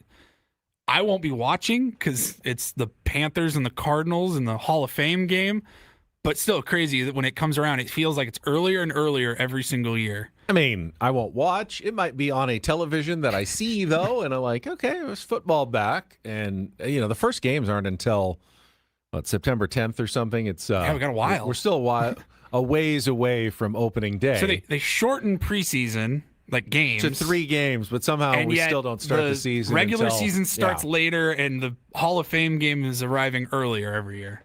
So, with the Aztecs coming back, not to get anybody overly excited, but the first coaches poll came out yesterday, and sitting there behind about 50 other teams with 2 votes in the others receiving votes are your San Diego State Aztecs, coming off their 9-win season last year and now 3rd year under Coach Sean Lewis. But I was also reading an ESPN piece about, the expanded playoffs and who actually has a shot with the new Pac-12 configuration. Boise State is the overwhelming favorite, as they always are. But if they don't win the Pac-12, and remember, San Diego State beat Boise State last year 17-10 in the regular season, so it could happen that San Diego State is considered one of the group of 6 now teams that, if they won the conference, could potentially be one of the college football playoff, the one that's included. I think UNLV still in the Mountain West. Boise State, I think Memphis was one that I think people were looking at as well. But, I mean, I'm not predicting it. I'm not expecting it. But it's not, I guess people are not ruling out the possibility that San Diego State could end the season in the college football playoff. I'm not going to put my chips, into the middle and go all in on San Diego State football this year. But you know what? I'd rather have a chance than not have a chance to start the season. You're smiling. You're the San Diego State alum here. Do you not want your football team to be nationally prominent and relevant at the end of the season and being talked about as, the upstart kids who are going to I want San Diego State football playoff? I want them to disband the football program permanently and put all money and resources towards the basketball team. Which might be a good idea, because right now, according to Mark Ziegler, the Gonzaga of California, the Aztecs basketball team has 5 players, and that's it right now. Yeah, they need help because all their transfers are still waiting for visas or eligibility checks, and they've got 3 returners who are out with injury. So they're trying to do practice right now in the summer workouts, and they literally have 5 healthy available players on the entire team right now for Brian Dutcher. No, I'm being a little tongue-in-cheek, a little facetious. I don't personally really care at all about San Diego State football. I recognize a lot of people do, and that's great. I wish them the best of luck, but I genuinely view college football in particular, more than really any other sport that I can think of, the parity between the haves and the have-nots is so far and beyond anything that we can handle. Yes, San Diego State, if the stars aligned, could eventually somehow squeak into the college football playoffs, and it would be something that we've never seen here before.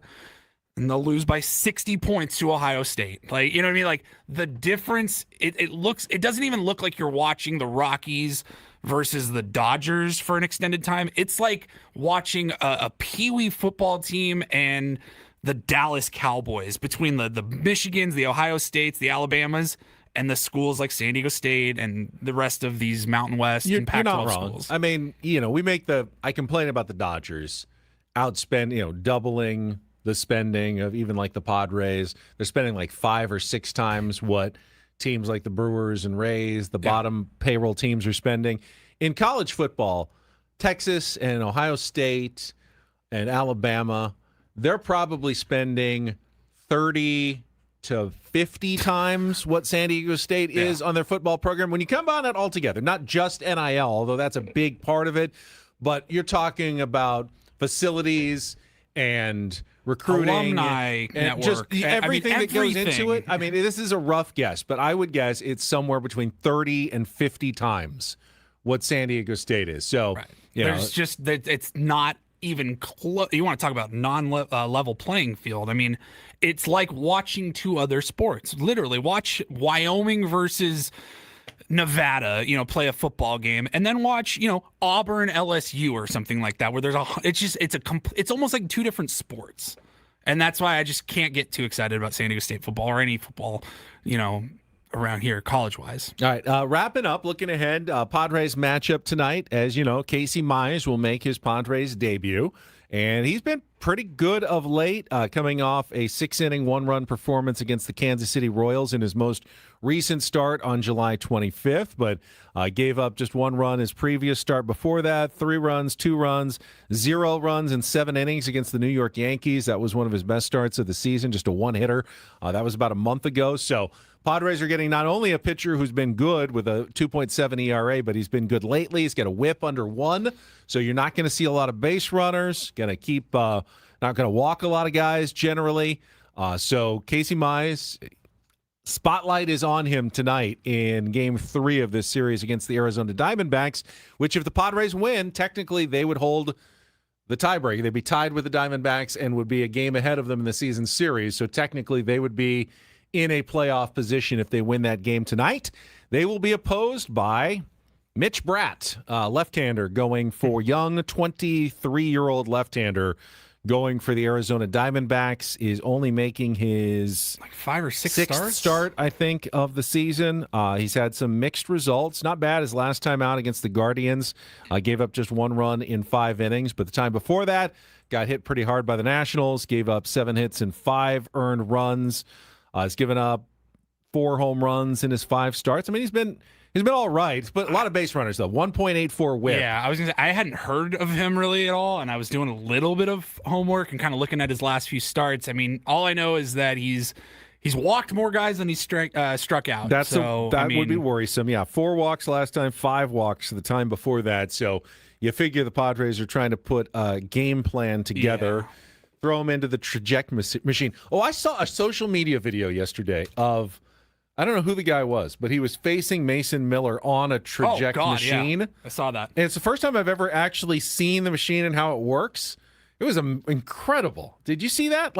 How it projects the pitcher. Well, I've seen how they work. I hadn't seen it before. I was kind of imagining it in my head. It was way cooler than even my imagination had for how that machine works. And he programmed it with 103-mile-an-hour fastballs and sliders that were both strikes and off the plate, and mixing them up and seeing if he could make he must have been some sort of baseball player, because he actually did make contact once on a 100-mile-an-hour pitch, which no normal he was not some guy off the street. Human being off the street would be able to do. But I thought that was an incredibly cool social media video to see how that trajectory machine was working. All right, finally, been teasing it. I'll give you the answer to the question, at least from the Padres' perspective. You asked earlier, why not start Robbie Ray tomorrow?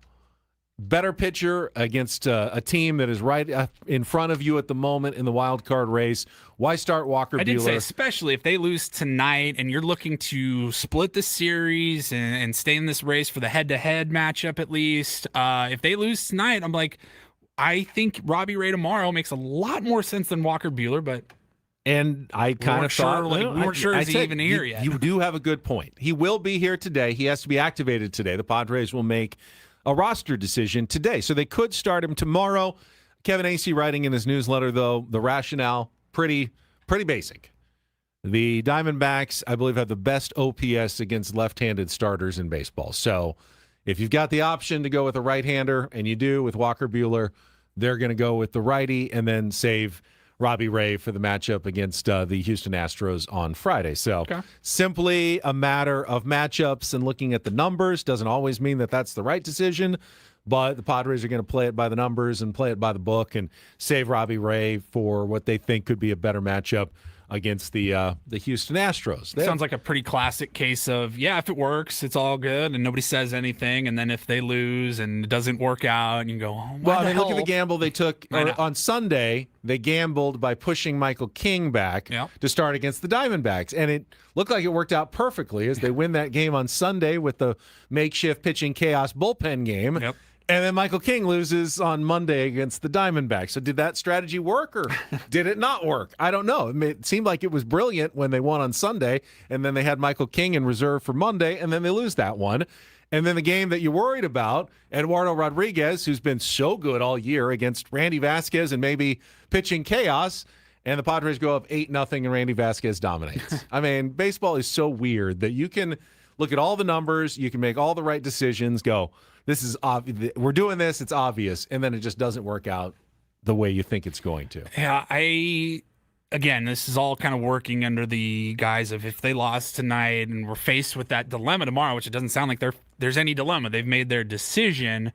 And I can understand and respect it. I get matchups and all of that. I would be lying or at least disingenuous if I didn't say that there's still a little part of me, the boomer, the old school, whatever you want to call it, that goes, I don't care about righty-lefty. I want the better pitcher in a game that I feel like we need to win. It's different with relief pitchers late in the game when you can kind of see the lanes and you're going to go, okay, we got 3 lefties coming up. Let's go with this guy. But when I'm talking about a starting pitcher who I assume they want to get some length out of, and I look at Robbie Ray versus Walker Buehler, my gut tells me Robbie Ray is the better pitcher 10 times out of 10 right now. It's funny. But I totally understand. I don't know what the numbers say exactly that they have. I understand it, but I would be lying if I said there's a little part of me. I wonder, though, like if it was a playoff game, would you be pitching the more experienced Robbie Ray? Right. Yeah, if this was a must-win in September, if this was the end of the year, we talked about that 3-game series with the Diamondbacks, win and you're in, are we going to go with Walker Buehler because it's his turn and he has better success against... Because remember, there was a very good argument in the playoffs last year that the Padres maybe should have started Randy Vasquez instead of Yu Darvish in the playoffs. Yeah. And that they went with the guy who's just the better pitcher, the guy who... It just made more sense. Oh, I've got my theories on why that decision was made. Well, yeah, but now you're arguing the other way, that you would rather just see the bigger name start in a bigger game. No. The better pitcher of late. I meant the better pitcher, like just, career-wise or whatever, at least normally. Yeah. Would have been... Yu Darvish certainly had the reputation. Sure. Like, I don't know. I mean, Walker Buehler has a reputation. He also had half an arm at stuff. the time, but... Well, that's the thing. But they went with the guy with the half an arm based on Robbie Ray doesn't history have and track half an record. arm. I know. I get it. I'm just saying, I wonder if they would make the same decision in a postseason game. Hey, Diamondbacks are good against lefties, so we're going to start the righty, even though we have a really good lefty here standing by. And I'm not necessarily sitting here saying we need to be managing every game like it's the season's on the line, because we're not there yet, but just looking at the head-to-head with the Diamondbacks specifically, that if they were looking to either split the series or potentially lose that series tomorrow, I understand why the logic there of going with Buehler, but I'm just saying there's a part of me that goes, I kind of want the better pitcher. All right, I don't want anyone to blame me. I know we didn't get to the Rondo report. Everyone's going to say, oh, Woods is not here. Ben's just shutting Paul down like he normally does. Yeah. You told me, you said, I've got a couple stories, but I want to save them for Woods when he comes back. So we didn't do the Rondo report on purpose. It wasn't my fault. This was by design. It was by design. Somebody give you crap already? No, but I can already picture people going, oh, Ben's here and no Woods and there's no Rondo report. Look, he's always just stepping all over Paulie. I've got a story about how you can go to a nice steak dinner and eat with no clothes on. Does that sound like a story that we'd want Woods' opinion on? We need Woods' opinion on these things. So we'll have him back tomorrow. That's it for us. Braden and Frank coming up next. For Paulie, I'm Ben. Thanks for joining us on San Diego's #1 sports station, 97.3 The Fan. So long, everybody.